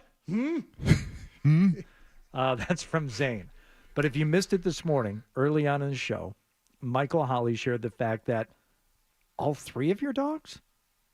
Well, two out of the three, like one of them is my wife's favorite just because she's the oldest. The dog is a favorite. How the old? Oldest. So she is 7. Okay. So they're all 2 years apart. I think they're 7'5" or 7'4". I like the fact that you don't know for sure. I don't know. I don't want because to you know. don't even like the dogs that much. Nope. Don't want details. They're all pugs. And two of them now do what? They just pee all over the place. So they have to do what? They have to wear diapers around the house all the time. They wear diapers. And so are these specific like pug incontinent diapers? Yeah, doggy diapers. Okay. And you can get them get them on Amazon. Okay? They come in and you get a whole package of diapers, different colors, whatever you want. And so if I see a pug just walking around, I'm like, wait a minute. This is an undiapered pug. Who didn't put a diaper on this pug? And I'll grab them and I'll wrap them up there. Tails out. There's a little. Yeah. Yeah. Well, my dog had to wear one because when we got her, the vet advised that we let her go through her first heat before we had her spayed. And it was kind of like a 50-50 thing, but like, yeah, for, like the full release of the hormones and all that stuff, you should do it. And now I have never been through this before, and I will do everything in my power to make sure I never have to do it again, because the dog is forced to wear diapers, and it is not a pleasant process allowing a dog to go through a heat cycle. I'm not a breeder. I'm not interested in this. And it is, it's unpleasant. But my dog was fine wearing the diaper. They're used to it.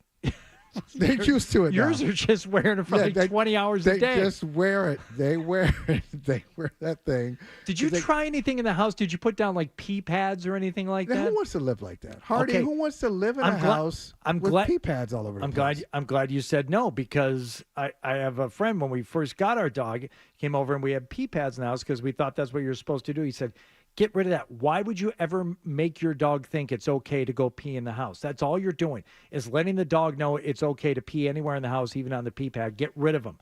Deal with some messes in these first few weeks, but don't ever, ever, ever let your dog know that it's okay to go pee in the house. That's smart. There was a period there where we probably in the basement had about 12 rugs.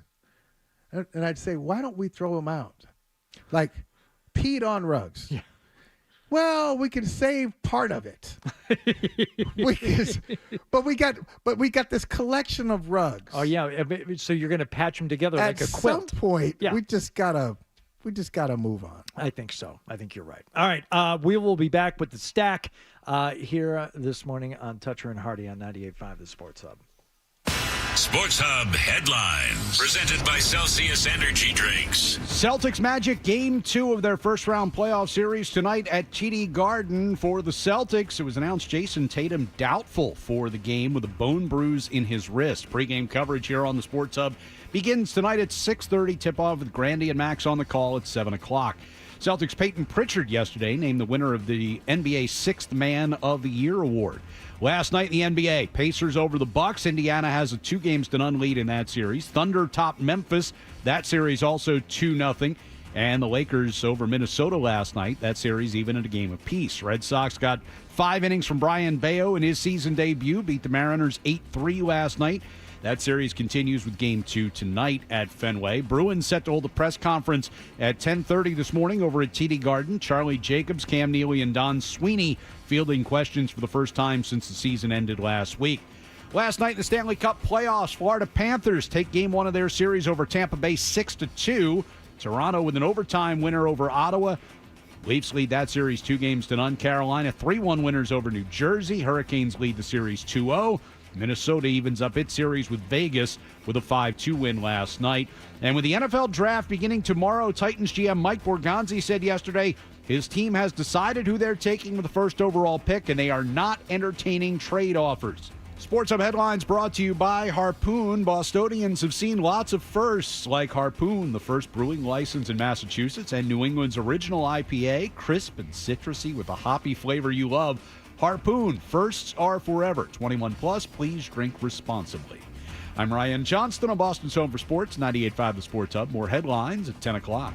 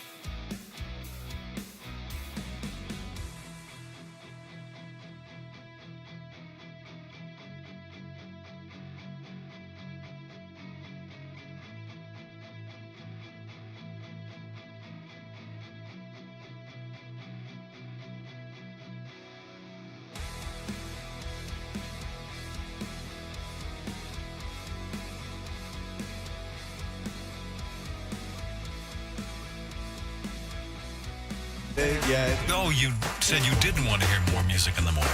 Okay. Here's more Toucher and Hardy on the Sports Hub. We know what you're thinking. What could I possibly have missed from the show? It's time for The Stack on Toucher and Hardy.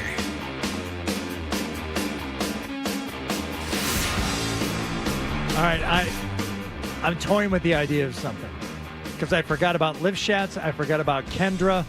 I think we might end up doing 4 rounds tomorrow. I think there may be 12 fighters to choose from tomorrow. Ooh, For good. this sport. Yeah. Do you? Got to put him in. Well, now you're back to the Nick conversation too. Right. But Hardy, You got to put Sosi in there. Hardy is down on Nick. I'm hearing down on Nick. It's not just being overlooked. You've dismissed him. I've dismissed him as a serious combatant in a fight to the death. No, he's too frail. Everybody, you don't put him on the front lines. Maybe, you need a strategist. You need somebody who's going to go Nightingale? Low. You need somebody to go in there and What's brewing? just do crazy stuff. Nick, do you want to be in it? Do you want to be in the Battle Royale? He wants to be in. All right, we'll figure out a way. All right, we'll figure out a way to get him in there. All right, fine, whatever. There is something posted by Leah Remini on Twitter here, Holly. She said, I'm truly honored. I've never had someone get a tattoo like this of Kevin, Jerry, and me.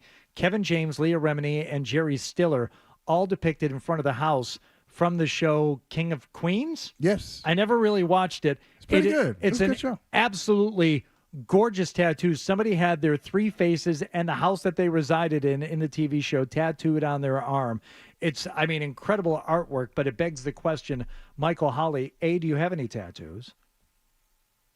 Who wants to know? No, I don't. Okay, neither do I. No. You and I are unique in that regard. Everybody else has tattoos. Everybody else has one. Yeah. But number 2, if you were to get a beautiful artistic depiction of the characters and maybe a setting from your favorite TV show of all time, what show would it be? Well, this is tough. This is tough because one of them hasn't aged well. The Cosby Show. What's wrong with that? I don't know. What's the problem? Heathcliff Huxtable. I just don't know. You have to just too much explanation. You know what it is? It's all of the colors that would be needed for the sweater, and I don't think you want to deal with that. That's the least of the worries. Well, I don't know what Claire, you're referring to. We like Claire, Lisa. Okay. Rudy, Theo. I would like to get maybe 3 to 4 cast members of NYPD Blue.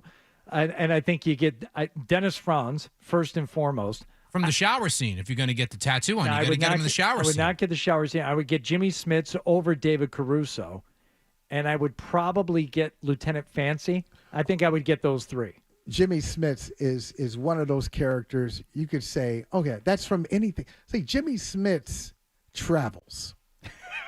Jimmy Smits. His game travels. No, right. Like whatever you need, Jimmy Smits is that guy. Could you name something else that he was in? It seems like he's been in everything. Okay, could you name one thing? But can I name? No. No.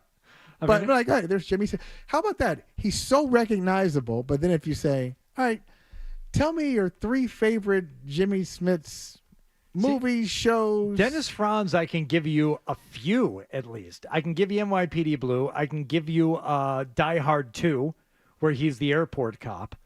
And I can give you, City of Angels. A delightful Nicolas Cage, Meg Ryan, fantastical. It's not a rom-com. It's a romance. It's a fantasy romance. Have you seen City of Angels? I have not. Michael? Would you please? Would you please? I will. He's so in love with Meg Ryan that he chooses to fall to earth so that he can be with her. Oh, that's sweet. And then she dies. It's a terrible spoiler alert. All right, we'll get to the Steve Martin thing tomorrow. I had 12 roll it in there for me. Ryan, thank you. We didn't even get to it. It happens a lot, though, doesn't it? You do all this work and then we don't even do it. But at least it's done. It's done for tomorrow. And it will be used at some point. I feel thank God that you're going to be here tomorrow. There's so much we didn't finish today. Oh, that's a good tease for tomorrow morning. Big show tomorrow. Not to mention a Celtics playoff game to recap tomorrow morning, and we will do that here once again with Michael Hawley. Thank you so much, sir. Thank you. I hope you let me in the building tomorrow. We'll talk to you tomorrow. Bye.